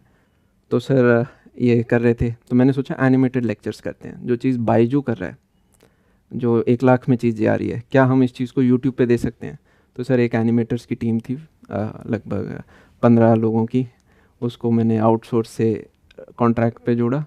तो मैं लेक्चर देता था टीचर यहाँ से, और एनिमेशन में क्या है सर, हर एक मिनट के हिसाब से, हर एक सेकंड के हिसाब से बहुत काम होता है कि आपको अगर ये भी बताना है कोवैलेंट बॉन्ड क्या है, या आपको प्रोजेक्टाइल भी पढ़ाना है, तो टीचर पहले एक स्क्रिप्ट बनाएगा पेपर पर लिख के, फिर उसको बोलेगा, फिर उस स्क्रिप्ट के हिसाब से एनिमेटर कुछ बनाएगा, फिर वो फर्स्ट ड्राफ्ट आएगा, फिर टीचर कहेगा नहीं नहीं ये गलत समझा दिया, थोड़ा इसको ऐसे करो, फिर वो जाएगा, बैक एंड थ्रू काफ़ी हुआ। I understand. तो एडिटिंग से अगर लेवल X था तो एनिमेशन मुझे एकदम से 7-8x फील हुआ। तो उसमें सर मेरे को बड़ा यूँ फील सी आती थी, क्योंकि बच्चा कमेंट्स में कहता था अरे वाह वेरी गुड थैंक यू, तो वो आपको अंदर से आता है अरे वाह इसको और करो, इस चीज़ को और करो। तो लकीली मैं एक ऐसी स्टेज में था, मैं यहाँ पे एडमिट करूँगा, जहाँ पे मुझे एक तरफ से इनकम मिला, मैं अपनी टीम बना पाया, और जो जिस बच्चे ने मेरे को था उस बच्चे को भी अपना एंड प्रोडक्ट फ्री में मिल रहा है, तो सारी चीज़ मतलब वेल चीज़ थी। तो आपका रेवेन्यू मॉडल क्या था उस टाइम पे? मतलब आपने जॉब तो छोड़ दी, वहाँ से जो पैसा आ रहा था, तो पैसा आ कहाँ से रहा था ये सब करने के लिए? सर 2-3 महीने कहीं से नहीं आ रहा था। अच्छा, जो भी हाँ, आपकी सेविंग्स थी और ये वो मोनेटाइजेशन तो सर था, हाँ ठीक है, पर उससे सर इतनी बट टीम का उससे खर्चा इतना नहीं नहीं, आ रहा होगा आई थिंक। जेब जेब से लग रहे थे सर उस टाइम। तो जब 3rd मंथ आ गया था सर, तब मैंने सोचना स्टार्ट किया कि क्या मैंने गलत कर दिया, इतनी बड़ी टीम के साथ मुझे क्विट नहीं करना चाहिए था। और सर आपकी महीने की एक सैलरी निकलने लग जाती है और आपकी इनकमिंग आ नहीं रही है, तो बीच में ऐसा टाइम आ गया था कि मान लो आपकी महीने की मतलब 15-20 लाख के करीब की आप सैलरी दे रहे हो, आपका इनकमिंग आ नहीं रहा है, और वो चीज़ जब 3 महीने दिखता है तो आपको दिखता है ये चीज़ 12 महीने होगी तो क्या होगा। आप कंपनी 6 महीने चलाने के लिए तो कर नहीं रहे, आप 2 साल करोगे तो क्या होगा। तो फिर सोचा कि अब इस चीज़ को कैसे आगे, मैं सर दोबारा इधर उधर ढूंढने गया कुछ और टीचर्स को कि मैं फ़िज़िक्स पढ़ाता हूँ, बाकी कुछ केमिस्ट्री मैथ्स के मुझे टीचर्स मिल पाएँ। बीच में सोचा क्या मैं खुद ही सिर्फ अपने एक सब्जेक्ट से स्टार्ट हो जाऊँ, क्या करूँ। तो मैंने सोचा जो कॉलेज में मैंने मॉडल रखा था 2000 रुपीज़ का, ये 2000 रुपीज़ किसी को बाइट भी नहीं करेगा। देखो यूट्यूब पे सब पढ़ा दिया, जिसको यूट्यूब से पढ़ना है पढ़ लो, पर खर्चे भी चलाने हैं, तो उस चीज़ को करके देखते हैं 2000-3000 में कुछ बन जाए तो। सर एक टीम मैंने जोड़ी अपने साथ और कुछ टीचर्स थे वो सारे जोड़े, ये करके सर हमने चीज़ों को करा, लॉन्च किया, अपनी एक एप्लीकेशन बनाई। जब हम ऐप लॉन्च करने वाले थे उस टाइम सर फिर से मेरे पास एक कंपनी का कॉल आता है, उनकी बस एक रिक्वेस्ट थी, अमन लॉन्च मत करना, कुछ भी करोगे will close a deal. Launch से सर ये 1 घंटे पहले की बात है। ये कौन से साल की बात है? ये सर 2021 होगा शायद मेरे हिसाब से। उन्होंने कहा बस लॉन्च मत करना, हम कुछ भी करके डील क्लोज कर लेंगे।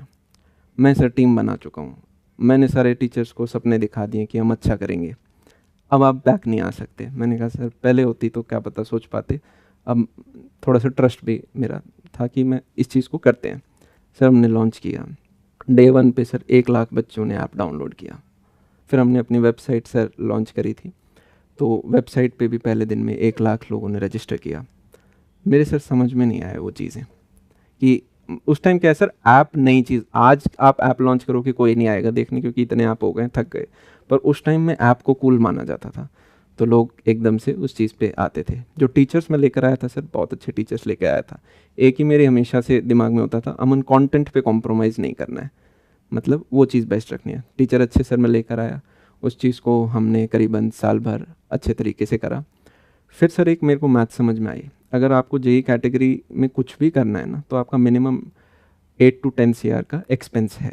अगर आप टीचर्स अपने साथ सस्ते से सस्ते तरीके से भी जोड़ोगे, एक एक टीचर की सर सैलरी 70 लाख 80 लाख रुपए होती है, 50 लाख होती है, और आप जब बच्चों से 2-3 हज़ार रुपये ले रहे हो तो आपको बहुत सारा बच्चा चाहिए, तब जाके ही वो एक्सपेंसेस आपके मैच हो पाएंगे। अच्छा, मैं यहाँ पे एक चीज़ क्लियर करना चाहूँगा कि ये जो 1 लाख बच्चा आया जिसने ऐप डाउनलोड किया एक दिन में, वो बेसिकली उन्होंने सिर्फ ऐप डाउनलोड किया, सिर्फ राइट? ऐप परचेज नहीं किया सर। परचेज नहीं किया, अरे नहीं क्योंकि sir. Purchase ratio would be around 2-3%, maximum 5%। हाँ सर, ये परचेज रेशियो सर यूजुअली 10% के करीबन रह जाता है, डिपेंडिंग अपॉन आपके बच्चे को कितना आपका रहता है। ये भी उस टाइम का है, आज के दिन अगर आप देखोगे आई गेस रेशियो और नीचे जा चुका है। अगर आप वेबसाइट पे बात करोगे 100 लोग आते हैं तो मेरे हिसाब से 1 2 3 लोग लेते होंगे। तो मतलब आप ये कहना चाह रहे हैं कि उस टाइम पे जो आपने ऐप लॉन्च किया, अगर आपने 2,000 रुपये साल का लिया या 1 महीने का लिया? साल का सर। साल का। तो 2,000 रुपये अगर उसमें से 10,000 बच्चों ने भी दिया, तो what you are saying is कि 2 करोड़ रुपए आया। 2 करोड़ हुआ सर, खर्चे 8 करोड़ के, तो आपको बच्चा बहुत ज़्यादा अच्छी होता है। तो ये तो आपका इंटरनल मैटर है, ये तो आप बता सकते हो, इसमें तो कोई कॉन्फिडेंशियल क्लॉज भी नहीं है। कितना पैसा आया आपके पास में जब ये ऐप आपने लॉन्च किया? सर आप ये मान लो जितना हमारा खर्चा था 7-8 के करीबन खर्चा रहा होगा, शायद हमने ब्रेक इवन ऑलमोस्ट करा था। लॉस एटलीस्ट मैंने किसी भी साल नहीं करा, हमने थोड़ा पॉजिटिव में लेकर गए। पर मुझे उसमें ये समझ में आया सर, मैं जब किसी के लिए काम कर रहा था कोई स्ट्रेस नहीं था कोई खर्चा नहीं था। कोई खर्चा नहीं था, मैं आराम से पढ़ाता था, एंजॉय कर रहा था, बच्चा भी मेरे को प्यार कर रहा था। अब मैंने एकदम से अपने से 30-30 साल उम्र बड़े लोगों को अपनी टीम में जोड़ लिया है सर। और आप अगर 22 साल के हो, 21 साल के हो, और आपकी टीम में लोग 40-50 साल के हैं ना सर, वो आपसे बात ही ऐसे करेंगे, और अमन तुम क्या सोच रहे हो, मतलब वो बच्चा बना लेंगे बहुत जल्दी आपको, ठीक है। तो ऐसा नहीं है कि आप, एक थॉट होता है ना, जब मैं कॉलेज स्टूडेंट्स के साथ काम करता था, मेरे से यंग थे, तो मैं बताता था ये करना है, कंटेंट पे कॉम्प्रोमाइज़ नहीं करना है, ये चीज़ ऐसे ही जाएगी, आप एक डायरेक्शन देते हो। थोड़े उम्र में बड़े लोग होते हैं सर, तो वो बड़ा डिफ़िकल्ट हो जाता है। वो आप कहोगे सिलेबस इतने महीने में करना है, वो हो सकता है आगे पीछे जल्दी करा दें, लेक्चर्स कम कर दें, ज़्यादा बढ़ा दें, आप टोटल उसको नहीं कर पाते। ये मेरा एक स्ट्रॉन्ग लेसन रहा। बीच में सर मैं ऐसी एक बार केमिस्ट्री टीचर हायर कर रहा था, बड़ा इंटरेस्टिंग किस्सा है। तो मैंने आर्टिकल निकाला ऐसे गूगल फॉर्म वगैरह के कि भाई केमिस्ट्री टीचर चाहिए, इधर उधर लोगों से पूछा, तो एक ने कहा राजस्थान में कोटा में एक टीचर हैं केमिस्ट्री के बहुत बढ़िया, वो आप उनको रीच आउट। कॉल किया, वो दिल्ली आ गए, मैंने उनसे बात करी, मैं लेट भी पहुंचा 15 मिनट। तो फिर उन्होंने बताया कि मैं CR चौधरी हूँ। CR चौधरी सर एलन को चलाने वाले आदमी हैं। वो 4 ब्रदर्स हैं, महेश्वरी, और उसके बाद जो मैनेजमेंट का आप मान लो ना, जो मेन हेड हैं, जो सारे इंस्टीट्यूट्स ओपन कर रहे हैं नए नए सेंटर, वो व्यक्ति थे। मैंने कहा सर आप क्यों आए हो? तो बोले नहीं अमन, मैंने तुम्हें देखा था, मैं तुमसे मिलना चाहता था। मेरी आदत है सर, जैसे ही उम्र में कोई बड़े आदमी मिलते हैं मैं उन्हें अपना गुरु बना लेता हूँ। मैं कहता हूँ सर अब बताओ मैं क्या गलत कर रहा हूँ?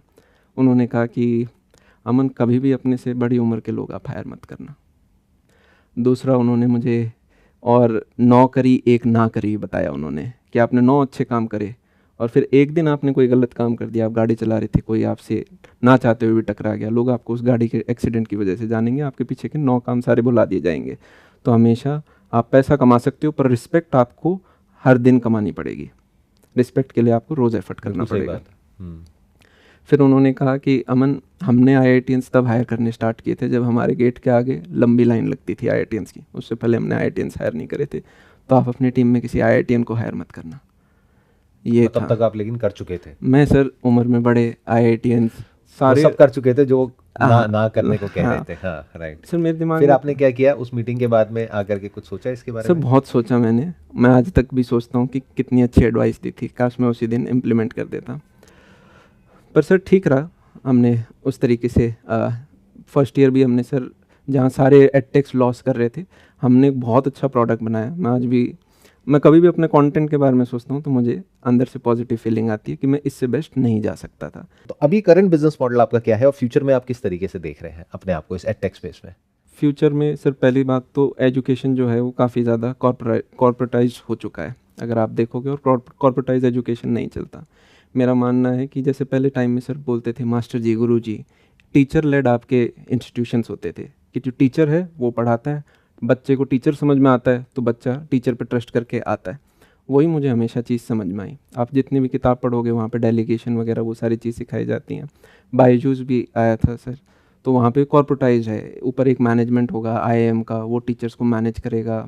वो सर वो बात उसमें मुझे पर्सनली लगता है, वो पर्सनल टच खत्म हो जाता है और उसमें सेल्स का एंगल ज़्यादा आ जाता हाँ, है। उसमें ये हो जाता है मेरे इतने घंटे में इतना ही पढ़ाऊंगा, आगे और नहीं पढ़ाऊंगा, वो वाला सेंस लग जाता है। मेरी सैलरी आ गई, चलो जयराम जी की बच्चे का क्या हो रहा है, आप ज़्यादा उसमें नहीं घुस पाते वहाँ पे। तो वहाँ पे मेरा ये था कि हमें कॉर्पोरेटाइज इस चीज़ को नहीं करना है, हम इसे बूटस्ट्रैप ही चलाएंगे जब तक इस चीज़ को हम कर पाएंगे। कई बार सर हमारे पास फंडिंग की अपॉर्चुनिटी आई तो मैं हमेशा उस चीज़ से डरता था, क्योंकि एक बार आपने कहीं से पैसा उठा लिया, अब सर आप नहीं बोल रहे, पीछे का वो फंड जो जिसने दिया इन्वेस्टर VC बोल रहा है, अब आप कॉर्पोरेट बन चुके हो। और अभी करेंटली आपका जो रेवेन्यू मॉडल है वो वही फ्रीमियम मॉडल है बेसिकली आप? हाँ सर। राइट कि सर यूट्यूब पे आप फ्री में पढ़ाते हैं, हाँ और सर। अगर किसी को अगर और हम डिटेल बच्चे में को जाना है सर या डाउट सेशंस में जाना है तो फिर उसके लिए पे करना है सर, हम बच्चे को सीधा कहते हैं आप देखो, हम मार्केटिंग पे सर स्पेंड नहीं करना चाहते। कई बार हो चुका है, मतलब अगर आप मार्केटिंग पे स्पेंड करोगे तो आप फीस उतनी ज़्यादा महंगी करते जाओगे। अगर आपको एक बच्चा कन्वर्ट करने के लिए 10,000 रुपये का ऐड चलाना पड़ रहा है तो आप फीस 10,000 से नीचे रख ही नहीं पाओगे। फिर आपने कॉर्पोरेटाइज कर रखा है उसे, तो आपने IIM वाले लोग ले रखे हैं जिनकी अब आपको तनख्वाह देनी है, तो वहाँ आपका पैसा और जाएगा। तो मैंने कहा हमें ये सारी चीज़ हटानी है, हमें कंटेंट पे फोकस करना है, और हमें इस तरीके से चीज़ करनी है कि आप इस चीज़ को 10 साल में कैसे एस्केलेट करो। हमने सर जब अपना कॉलेज स्टार्ट किया था तो उसके पीछे एक विजन था, अपना college the college that we needed. Engineering colleges में सर सबसे जिस चीज़ को हम टारगेट कर रहे हैं वो है कॉलेजेस। अभी आप आज जाओ सर, 15, 20, 25, 30, 35 लाख की फ़ीस है, और अगर आप ऊपर के 50-70 कॉलेजेस के अंदर नहीं हो तो फिर आप अपनी मेहनत के भरोसे ही हो, पर तब भी आपको फ़ीस उतनी लगेगी। एक होगा सिर्फ कॉलेज, उसका एक मेन कैंपस है और 3 और साइड कैंपस भी होंगे, तो उन साइड के 3 कैंपस में फ़ीस उतनी है पर क्वालिटी वो आपको नहीं मिल पा रही होती है। तो मेरा सर इसमें यह मुझे लगता है अगले 10-15 साल के अंदर जो कंपनीज़ हैं वो खुद ऑफ कैंपस की तरफ ज़्यादा शिफ्ट हो जाएंगी ऑटोमेटिकली। जैसे TCS अपना NQT टेस्ट कराता है, विप्रो भी अपने टेस्ट कराते हैं, बड़ी बड़ी कंपनीज़ अपने करियर पोर्टल पे अपनी जॉब पोस्टिंग डालती रहती हैं। ये टाइम धीरे धीरे अपने आप स्ट्रीमलाइन होगा। कंपनी को क्या चाहिए, मुझे बेस्ट टैलेंट चाहिए, मुझे ए नहीं मुझे A+ प्लेयर चाहिए एट एन अफोर्डेबल प्राइस। तो अभी उनको वो IITs में मिल जाते हैं, टॉप गवर्नमेंट कॉलेजेस में मिल जाते हैं। पर कई सारे बच्चे, अब इन्फॉर्मेशन एरा जब आ चुका है, अगर 2 लाख बच्चा 1% हमसे यूट्यूब पे पढ़ रहा है तो उसकी नॉलेज कितनी हुई। तो वो बच्चा चाहे अच्छे कॉलेज में हो या ना हो वो भी अब पढ़ सकता है, रिसोर्स तो उसके पास सारा है। आप सिर्फ कोडिंग क्या, आप मास्टर्स कर लो, आप PhD कर लो, सारा इन्फॉर्मेशन कहीं से भी किसी से भी सीख सकते हैं, इन्फॉर्मेशन तो सर सारा है ही। तो बच्चा अपने इस हिसाब से, तो मुझे लगता है कंपनीज इवेंचुअली ऑफ कैंपस पे अपने खुद के एग्जाम्स कराने स्टार्ट कर देंगी। अब उस पे जिसके पास दम है, जिसके पास स्किल है, हमेशा सर हर सेक्टर का है, ऊपर के 20% को जॉब मिलेगा और ऊपर का जो 2% होगा उसको एक्सट्रीम गुड जॉब मिलेगा। अच्छा, मैं एक क्वेश्चन आपसे पूछना चाहूँगा। आपने बताया कि आपको इतने इतने ऑफर्स आए पिछले 4-5 साल में, तो क्या कभी आपको लगता नहीं है कि that was the golden period of edtech space, जहाँ पे अनाप शनाप पैसा पानी की तरह बह रहा था, और आज की डेट में क्योंकि सैनिटी आ गई है मार्केट में, बिकॉज कुछ बड़े प्लेयर्स हैं जो कि बैंकक्रप्ट हो गए हैं या फिर वो डाउनहिल चले गए हैं, अब प्रॉफिटेबिलिटी की बात हो रही है, कंपटीशन बहुत बढ़ गया है। एडटेक स्पेस जो एक टाइम पे ये होता था कि कुछ लिमिटेड लोग होते थे, आज अगर यूट्यूब की ही बात करी जाए तो there are so many different channels, so many different players. बिल्कुल सर। तो आप इस मार्केट को किस तरीके से देखते हो? क्योंकि मैं एज एन आउटसाइडर जब देखता हूँ, दोनों में थोड़ा सा फर्क है, आप इनसाइडर हो, मैं आउटसाइडर हो गया, मैं जब देखता हूँ तो मेरे को तो ये मार्केट हाइपर कॉम्पिटिटिव लगती है। हाँ सर। मेरे को ऐसी लगती है कि यार इतने सारे प्लेयर्स, और उसमें से इतने सारे प्लेयर्स जो कि बहुत डीपर पॉकेट्स के साथ में बैठे हैं, और आप यू आर सेइंग कि मैंने कोई फंडिंग भी नहीं उठाई है, पैसा भी नहीं उठाया है, इंडिपेंडेंटली आप इसको रन कर रहे हैं यूट्यूब पे। तो how do you see yourself in this whole big picture? इसमें आप अपने आप को कैसे देखते हैं? सब इसमें मेरे को एक तो लगता है, मैंने जैसे शुरुआत में बताया, आपको टीचिंग को कॉर्पोरेटाइज नहीं करना चाहिए। टीचिंग टीचर लेड रहता है तो आप बेस्ट अपने स्टूडेंट के हिसाब से बेस्ट चीज़ प्रोवाइड कर पाते हो। मुझे लगता है जैसे ही आप फंडिंग लेते हो तो आपके ऊपर एक प्रेशर आ जाता है टू डिलीवर। आपको वो 25% का एनुअल ग्रोथ रेट मिनिमम दिखाना पड़ेगा। आपने एक पैसा लिया, उस VC को अगले 8 से 10 साल के अंदर एग्जिट चाहिए। आप धीरे भी करोगे, तो आप उस चीज़ में सर काफ़ी स्ट्रगल आते हैं। और उन सारे लोग जो स्टार्टअप इकोसिस्टम के अंदर हैं और फंडिंग लेके उस चीज़ को कर पा रहे हैं, मैं उनको रिस्पेक्ट भी करता हूँ, पर मैं उस चीज़ से खुद बचना चाहता हूँ। मैं उस चीज़ के अंदर नहीं जाना चाहता। मुझे लगता है मैं एक ऐसा प्रेशर अपने ऊपर ले लूँगा जहाँ पे मेरी फिर टॉप प्रायोरिटी हो जाएगी कि इस राउंड के बाद अब सेकंड राउंड कैसा है, थर्ड राउंड कैसा है, फोर्थ राउंड कैसे आ जाएगा। So what I will become good at is picking up the next round. और एजुकेशन एक ऐसी चीज़ है सर जो, जैसे एक UPSC में अगर मान लो फॉर एग्जांपल शुभ्रा मैम पढ़ा रही हैं, जिनसे मैं पढ़ा हुआ हूँ, वो सर जिस लेवल में पढ़ा देंगे, मतलब बड़ा मुश्किल है कि अपने इंस्टीट्यूट में खुद अपनी जगह पे आके पढ़ा देंगे। मुझे बहुत डाउट होता है कि कोई कॉर्पोरेट भाई जो आके उस चीज़ को बीट कर देगा। तो सर जैसे एलन है, Allen will be in JEE, Allen will not come in UPSC। वो the one who is in UPSC वो JEE में नहीं जाना चाहेगा, जो SSC में है वो दूसरी कैटेगरी में नहीं जाना चाहेंगे। हर टीचर लेड है ये, तो अपनी एक उस स्पेशलाइजेशन में ही वो सीमित रहते हैं। कॉर्पोरेट आके कहता है नहीं जी मेरे पास पैसे की पावर है, मैं तो सारी चीज़ करके दिखाऊंगा, वो आप कर ही नहीं सकते, क्योंकि वहाँ उनका कंपटीशन है इंडिविजुअल टीचर से। और इंडिविजुअल टीचर अपने इंस्टीट्यूट में जैसे खुल के पढ़ाता है, उतना फिर आप उसको सैलरीड से compete कराओगे, उसका खुद का अनुभव रहेगा, वो 2 की जगह हमेशा 3 घंटे पढ़ाएगा, वो 3 की जगह 3.5 पे जाएगा, आप वो बेटर से बेटर जाता जाएगा। प्लस सब्जेक्ट ही तो है सर। मैं शायद इस चीज़ को समझ नहीं पा रहा जो बात आप कह रहे हो, क्योंकि जब आप इंडिविजुअल टीचर की बात कर रहे हो तो आप भी अब एक इंडिविजुअल टीचर तो नहीं हो, आपका भी पूरा का पूरा स्ट्रक्चर है, 100 लोग आपके साथ में काम करते हैं। एक फंडेड कंपनी है जिसके साथ में मान लो 2000 बंदा काम करता है या 1000 बंदा काम करता है, तो फर्क क्या है? बात तो एक ही। सर फ़र्क ये है कि उनके 2000 में से 1000 लोग सेल्स टीम के होंगे, मेरे में सेल्स टीम का एक व्यक्ति नहीं होगा। उनके सर कई सारे लोग MBA वाले बैकग्राउंड से होंगे, मेरे यहाँ जो MBA बैकग्राउंड से होंगे उनका ये होगा कि बच्चे के कोर्स में क्या ग्रोथ चल रही है, उसके डाउट सारे सॉल्व हो रहे हैं क्या। मेरा MBA वाले का काम ये नहीं होगा कि कोई नए टीचर हैं कहीं से तोड़ के लाओ, कुछ और कहीं पे एनर्जी लगाओ, या नेक्स्ट फंडिंग राउंड कैसे लाएं। हमारा ध्यान सिंपल एक है, बच्चा है, बच्चे को प्लेसमेंट रेडी बनाना है। अब इसके अंदर उसके डाउट्स आते हैं तो डाउट सॉल्विंग की टीम बना दो, तो आपकी टीम बड़ी हो जाएगी। अच्छा, डाउट सॉल्विंग के साथ आप मैंग के भी doubt solving live practice sessions ले आओ, तो मैं कहूँगा ओके, ढूंढ लो सारे माइक्रोसॉफ्ट गूगल के अंदर जितने अच्छे लोग काम कर रहे हैं, उनको लेकर आओ और उनके डाउट सेशंस लगा दो।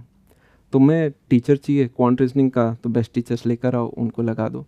तो क्या है कि एटलीस्ट जब भी टीचर के पास 1 या 2 सब्जेक्ट खुद के होते हैं ना, तो वो पूरे इंस्टीट्यूट को संभाल लेता है, क्योंकि मेन चीज़ तो हम ही पढ़ा रहे हैं। मेन टीचर जो है वो एटलीस्ट 1/3 सब पढ़ा लेगा। हमारे केस में हम मतलब 70-80% कंट्रोल कर पाते हैं कंटेंट को। बची हुई जो चीज़ें हैं, डाउट सॉल्विंग हो गई, वो हो गई, वहाँ पे हम सेलेक्ट ही अच्छे कैंडिडेट को करते हैं। तो ऐसा नहीं है कि टीचर लेड का मतलब एक व्यक्ति इंस्टीट्यूट चला लेगा, आपको बाकी सारी सुविधाएं भी देनी पड़ेंगी, पर आपने उस चीज़ को कॉर्पोरेटाइज नहीं किया। हम अपने बच्चे के बीच में पूरे टाइम बैठे रहते हैं, हमें हर 6 महीने में भी पता चलता है कि अगर कोई चीज़ मार्केट के अंदर चेंज हो रही है, बच्चे के क्या सेंटिमेंट चेंज हो रहे हैं, क्या मार्केट में अभी मतलब ऊपर जा रहा है, नीचे जा रहा है, जॉब्स ज़्यादा चल रही हैं, कम चल रही हैं, एआई के आने से क्या उसको घबराहट हो रही है, क्या ये कैसे उस बच्चे का। Got it. तो ये हो गया आपके स्टैंड पॉइंट से, क्योंकि आप अपने स्टैंड पॉइंट से अगर बोलेंगे तो एग्जैक्टली जो आप कह रहे हैं वो बात बिल्कुल सही है आपके स्टैंड पॉइंट से। अगर यहीं पे साथ में एक और चेयर हो और कोई ऐसा पर्सन हो जिसने फंडिंग उठा रखी है, तो वो अपने स्टैंड पॉइंट से अपने पॉइंट को जस्टिफाई करेंगे कि देखो हमारे पास में पैसा बहुत है, तो हम और महंगे टीचर्स को ले सकते हैं और बढ़िया टीचर्स को ले सकते हैं, तो हमारा क्वालिटी ऑफ एजुकेशन बेटर है, वट एवर इट इज, वो उनका अपना एक पर्सपेक्टिव होगा, राइट। हमने जेई के अंदर जब वो टीचर्स लेकर आए थे, तो वो सबसे एक्सपेंसिव टीचर्स ही थे, पर आज के दिन मार्केट में कंपटीशन बहुत ज़्यादा है, तो बाहर से आपको लगेगा कि बड़े इजीली घुस सकते हैं, पर जैसे ही आप जाओगे तो आपको पता चलेगा कि यार आपके यहाँ पे इतना कैपिटल तो सिर्फ सैलरीज में लग जाएगा। हाँ, क्योंकि मेरा जो क्वेश्चन है ना, मैं उसको और दूसरे तरीके से पुट करता हूँ। What I am trying to say is कि देखो कोविड के टाइम पे क्या हुआ था, सारा कुछ ऑनलाइन शिफ्ट हो गया था। अब क्या हो रहा है, वापस से ऑफलाइन की तरफ चीजें शिफ्ट हो रही हैं। मैं ठीक कह रहा हूँ, ये गलत कह रहा हूँ? बिल्कुल सर, क्या ऐसा हो रहा है? 8 साल के सारे बिजनेस सीक्रेट्स आप निकाल सर मैंने जैसे शुरुआत में बताया था, 12th क्लास का जो बच्चा है, 12th क्लास तक का बच्चा, उसके डिसीजन उसके पेरेंट्स लेते हैं। वो बच्चे को ऑफलाइन पढ़ाना चाहते हैं। अब जैसे सर मैंने 11th-12th में पीतमपुरा के 2-2 घंटे की ट्रैवलिंग करी है। मैं सर फ्रस्ट्रेटेड हूँ डीटीसी से कि मेरे दिन के 2-3 घंटे 11th-12th में जब बिल्कुल टाइम नहीं था तब मैंने लगाया था। तो जब मैं कॉलेज के अंदर आऊँगा तो ऑल्दो मैं जब था तब इतने ऑनलाइन सोल्यूशन नहीं थे, तो मेरे को ऑफलाइन जाना पड़ा था। पर आज के दिन आप देखोगे तो बच्चा, मैं तो पुराने टाइम में था, अब बच्चे के पास, सबके पास ऑनलाइन एक्सेस है, वो कहता मैं नहीं करूँगा 2 घंटे ट्रैवल। मैं समझ पा रहा हूँ आप क्या कह रहे हैं, क्योंकि उसके पीछे रीजन भी है, क्योंकि ऑफलाइन जो टीचर पढ़ाएगा basically that person is exchanging his time for money. तो अगर वो 50 बच्चों को पढ़ा रहा है, तो वो जो 50 बच्चों से पैसा लिया जा रहा है उसी की कॉस्ट से उसकी सैलरी निकल रही है, जबकि ऑनलाइन के अंदर 50 बच्चा नहीं है, 5000 बच्चा है, तो वो डिवाइड हो जाता है। तो आप एक बेटर टीचर को ले सकते हैं जिसकी सैलरी ज़्यादा भी हो सकती है, राइट। सर अगर आप बेटर टीचर को लेते हो तो आपके पास बच्चे ज़्यादा होने ही चाहिए, नहीं तो आप टीचर अच्छा ले ही नहीं पाओगे। That's what. तो आप ये कह रहे हैं ऑनलाइन भी आज की डेट में एडटेक स्पेस में एक बहुत बड़ी मार्केट है। एज एन आउटसाइडर, जो मुझे लगता है, correct me if I am wrong, मुझे ये लगता है कि अब ऑनलाइन में इतना दम नहीं है एडटेक स्पेस में, ऑफलाइन की तरफ चीज़ें शिफ्ट हो रही हैं, और ऑफलाइन अपना पूरा सेटअप करने के लिए, या फिर ये कह लो कि एक हाइब्रिड स्ट्रक्चर की तरफ मार्केट शिफ्ट हो रही है कि आपकी ऑफलाइन भी प्रेजेंस होनी चाहिए और ऑनलाइन भी होनी चाहिए। और अगर आप ऑफलाइन में जाते हो तो नंबर ऑफ सेंटर्स खोलने के लिए बहुत पैसा चाहिए, बहुत डीपर पॉकेट चाहिए, और आप सिर्फ अभी as far as I understand सिर्फ ऑनलाइन मॉडल में हो। तो don't you think it's a setback for you? नहीं सर, आप मतलब देखोगे ना, जैसे बाहर से मुझे लगता है कि एक परसेप्शन लगा लिया जाता है हाइब्रिड है, ऑफलाइन है या ऑनलाइन है। एट द एंड अगर आप अच्छा पढ़ाओगे, अगर आप अपने बच्चे की चिंता करोगे, उसे नीचे से उठाओगे, चाहे आप ऑनलाइन में हो चाहे आप ऑफलाइन में हो, बच्चा आपसे जुड़ेगा। अब ये हो सकता है यूपीएससी के अंदर दूसरी कहानी हो, ऑफलाइन है उधर ऑनलाइन भी है सर, जेई के अंदर अलग कहानी हो। तो जैसे ही एग्ज़ाम बदल जाएगा तो वैसे ही सारे जो आप मेरे से पूछना चाह रहे हो ना कि एक बता दो कि अगर जेई की बात करें तो जेई सर, आई थिंक आप यूपीएससी में नहीं हो, आप जेई में ही हो ना? हाँ सर, हम कोडिंग और फिर जेई में, राइट। तो जेई में सर ऑफलाइन है सर सबसे बड़े। जैसे अगर इंडस्ट्री की बात करी जाए तो जेई में कितना % ऑनलाइन है, कितना % ऑफलाइन है? ऐसा कोई डेटा है कहीं पे अवेलेबल? सर ऑनलाइन में बच्चा 5,000 देता है और ऑफलाइन में बच्चा 3 लाख दे रहा है, तो आप उनको बैलेंस नहीं कर पाओगे। आप ऐसे पूछोगे कितना पैसे वाइज, तो मेरे हिसाब से 80-90% बच्चे का पैसा ऑफलाइन में लगता है, 5-10% बच्चे का ऑनलाइन में लगता होगा मैक्स। पर आप वैसे पूछोगे कितने नंबर ऑफ़ स्टूडेंट्स हैं, तो वो हो सकता है कि 5-10 नहीं 20-30% बच्चे भी, क्योंकि होता कि आप इंस्टीट्यूट में जाते हो, 2 टीचर अच्छे हैं, 1 टीचर अच्छा नहीं है, तो बच्चा कहता है ये टीचर मुझे ऑनलाइन वाले पसंद है, केमिस्ट्री में इनसे पढ़ लेता हूँ, मैथ्स मैं इनसे पढ़ लेता हूँ, इस तरीके से सर रहता है। तो टीचर एक जेई के अंदर ऑनलाइन को एज अ बैकअप देखते हैं।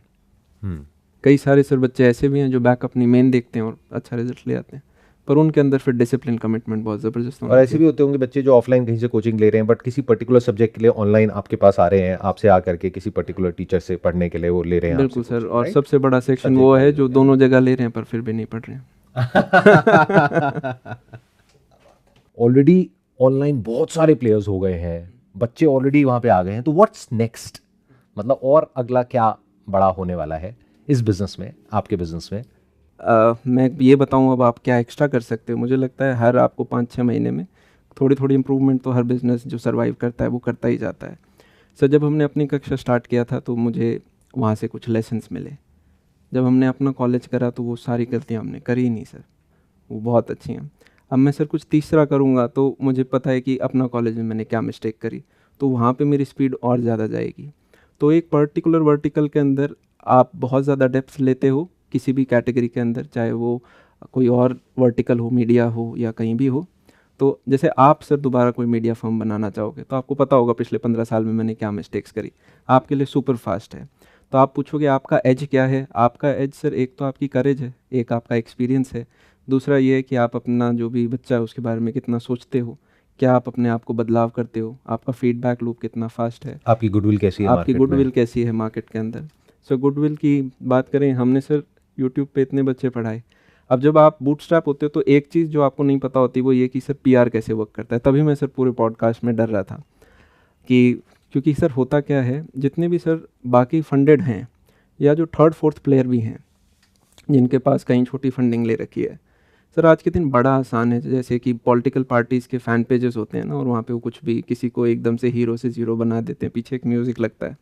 सेम चीज़ सर आज के दिन आप अपनी 5-10 लोगों की टीम बनाओ, सबके 5-5 अकाउंट करो, रेडिट पे वो ऐसा पोस्ट कर देंगे आपको समझ नहीं आएगा, कोरा पे ऐसा पोस्ट कर देंगे।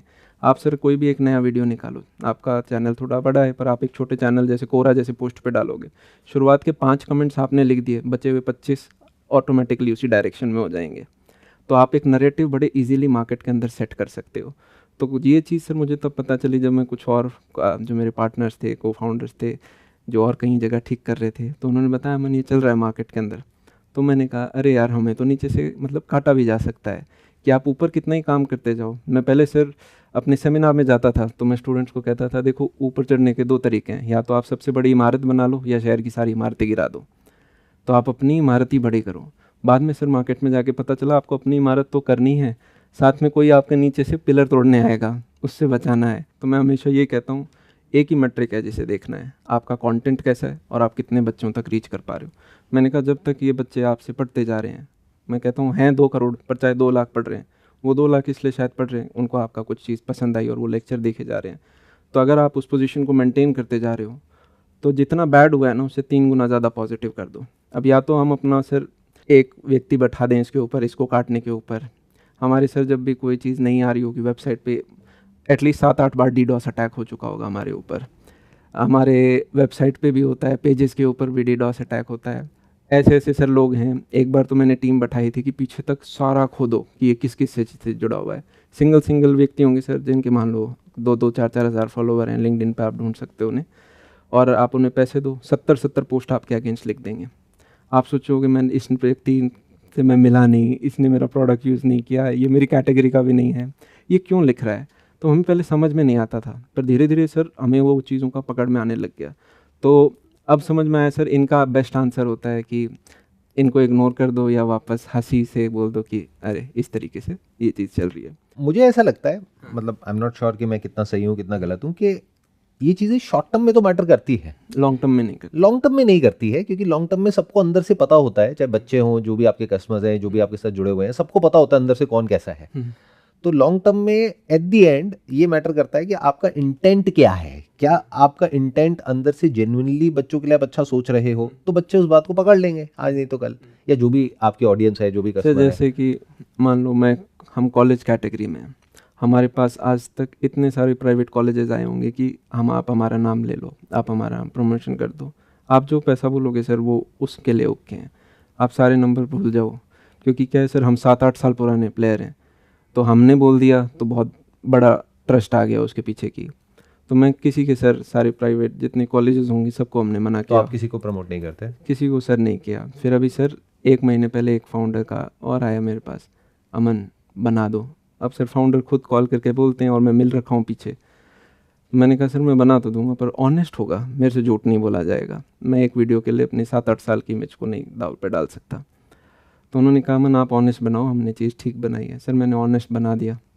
मैंने उनको कहा आप पहले इसको रिव्यू कर लो, आप चाहते हो क्या मैं डालूँ? उन्होंने कहा अमन लाइव मत जाना। तो मेरे ये पता है सर, मैं कहीं पे जॉब कर रहा होता तब भी मेरे लिए बड़ा इजी था, क्योंकि मैंने इनिशियली उस सैलरी को पिक कर लिया था और बच्चे मेरे से पढ़ रहे थे। शायद कहीं एक्विजिशन एग्जिट कर ली होती तब भी वन टाइम, वो कहते हैं ना sir money today is better than money tomorrow, क्योंकि आप उसको बाद में इन्वेस्ट कर सकते हो। पर सर मेरा हमेशा से विजन ये था कि अमन आज आप 22-23 साल के हो, आपको क्या करना है, मतलब आपको अगले 10 साल का काम नहीं करना, अगले 20 साल का काम नहीं करना। आपको क्या पता कि आपका पोटेंशियल क्या है। जब हम अपने स्टूडेंट को ये कहते हैं कि भाई आप लाइफ जियो तो ऐसी जियो कि जब आप याद में जग के जा रहे हो तो आप अपनी किताब के ऑथर हो, और उस किताब को जब आप वापस पढ़ो तो यूँ लगना चाहिए यार क्या बढ़िया खेला, बढ़िया मज़ा आया, इस चैप्टर में ये हुआ था, इस चैप्टर में ये हुआ था, इस चैप्टर में ये हुआ था, और वो मज़ा आना चाहिए। तो मैंने कहा यार इस चीज़ को करेंगे तो अच्छा करते हैं, अगर हिम्मत होगी तो लॉन्ग रन में हम इस चीज़ को बड़ा करेंगे। अभी हमारी नॉलेज भी कंपाउंड हो रही है, हमारे एक्सपीरियंसेस कंपाउंड हो रहे हैं। ये सर एंटरप्रेन्योरशिप की बेस्ट एज क्या होगी आप सोचो? सबसे सक्सेसफुल एंटरप्रेन्योर्स किस एज के होते हैं? मे बी 22-23 साल के? नहीं सर 40 है। Is it? यूएस के अंदर सर सर्वे हुआ, कई हज़ारों एंटरप्रेन्योर्स के ऊपर बिजनेसेस को सर्वे किया गया। एवरेज जिस पे सबसे सक्सेसफुल एंटरप्रेन्योर्स हैं वो एज है 40। अब आप सोचोगे टेक स्टार्टअप्स में यंग होते होंगे, क्योंकि हमने सबने मार्क ज़करबर्ग और Bill Gates What do you mean by successful entrepreneurs? कि ये बिजनेस जो है ये सरवाइव कर गया कई सालों तक। So you're not talking about building a $1 billion company. You're not talking about unicorns. बड़ी कंपनी की बात कर रहा हूँ सर, जो सरवाइव कर गए, 8-10 साल जिंदा रह गए, बहुत बड़े ग्रो हो गए, मरे नहीं। उनके जब आप एंटरप्रेन्योर्स की एज देखते हो, टेक के अंदर वो 42 निकल के आई, यूनाइटेड स्टेट्स के अंदर, इंडिया के स्टैट्स नहीं है। Okay. तो होता क्या है सर, आप जिस एज में हो आपके अपने अलग अनुभव हैं, तो आप वो कई सारी गलतियाँ नहीं करोगे जो हम कर सकते थे 21-22 साल की उम्र में। तो ये कहना गलत नहीं होगा कि आपने मेरे को मोटिवेट कर दिया। सर आप अपने प्राइम पे हो, अगर आपको आज कुछ करना है क्योंकि I am in my 40s, तो मैं अपने प्राइम पे हूँ, इसका मतलब आप अपने बिल्कुल प्राइम के ऊपर हो अभी। I can relate to what you are saying. अभी रिसेंटली मैंने एक नया स्टार्टअप शुरू किया है and it's doing pretty good. अभी 3 महीने हुए हैं सिर्फ उसको लॉन्च करे हुए, बट 3 महीने में कुछ ऐसा हो गया जो मैंने 3 साल का टारगेट बनाया हुआ था वो 3 महीने में अचीव हो गया है। बिल्कुल होगा सर, क्योंकि होता क्या है कि इस एज तक आते आते there are lot of things that you have experienced, और वो सारे डॉट्स कनेक्ट होने लग जाते हैं एक साथ में। तो in seconds I can look at things and I can juggle out with things जो पहले शायद मैं नहीं कर पाता था एट द एज ऑफ 20।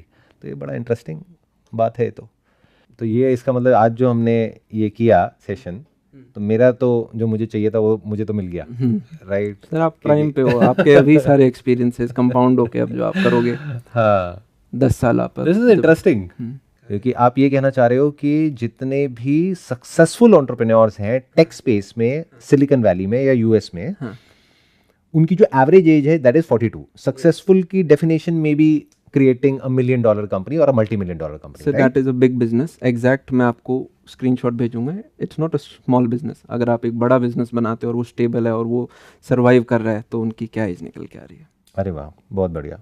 जब भी मैं किसी भी व्यक्ति से मिलता हूँ मैं कोशिश करता हूँ कि उनसे मैं क्या क्योंकि सर जो भी एज में वो कुछ ना कुछ आपको हमेशा देके जाएंगे। तो एक गुड लिसनर रहो, अच्छे मेंटर्स की तलाश करो जो आपको ठीक गाइड कर पाएँ, आपसे आगे 4-5 साल हों, और फिर एग्जीक्यूट करो। और जब लास्ट में जाएं तो आपकी किताब इतनी इंटरेस्टिंग होनी चाहिए कि आपको लगे कि यार बहुत अच्छे चैप्टर्स मैंने इसके अंदर। बहुत बढ़िया जी, मैं आपकी सारी बातों से एग्री करता हूँ जितनी भी आज आपने कही। उसमें एक बात है जिससे मैं एग्री नहीं करता, जो भी आपने बोला कि जो एज में बड़े हैं उनसे सीखो। मैंने आज आपसे बहुत कुछ सीखा, स्पेशली जो आपने ये वाली बात बताई, ये जो डेटा वाली, मेरे को भी भूलना मत। इस रिकॉर्डिंग के बाद में मुझे वो लिंक चाहिए, किताब भेजूंगा, मुझे पूरी किताब चाहिए, मुझे वो पढ़ना है। आई डोंट थिंक कि एज मैटर करती है। एज आप किसी से भी सीख सकते हैं अगर आपके अंदर सीखने की चाह है तो, चाहे वो आपसे एज में बड़े हों चाहे छोटे हों। और मेरा ये मानना है कि चाहे कोई वीडियो हो, चाहे कोई बुक हो, चाहे कोई इंसान हो, अगर उससे आप कोई एक चीज़ भी सीख लेते हैं, जैसे आज के इस सेशन से वो लोग जो अभी वीडियो में देख रहे हैं, अगर कोई एक चीज़ भी सीख लेते हैं तो आई एम श्योर उनकी जो पूरी की पूरी लाइफ है वो एक अलग डायरेक्शन में जा सकती है। Aman, thank you so much for coming, it was pleasure meeting you, pleasure talking to you.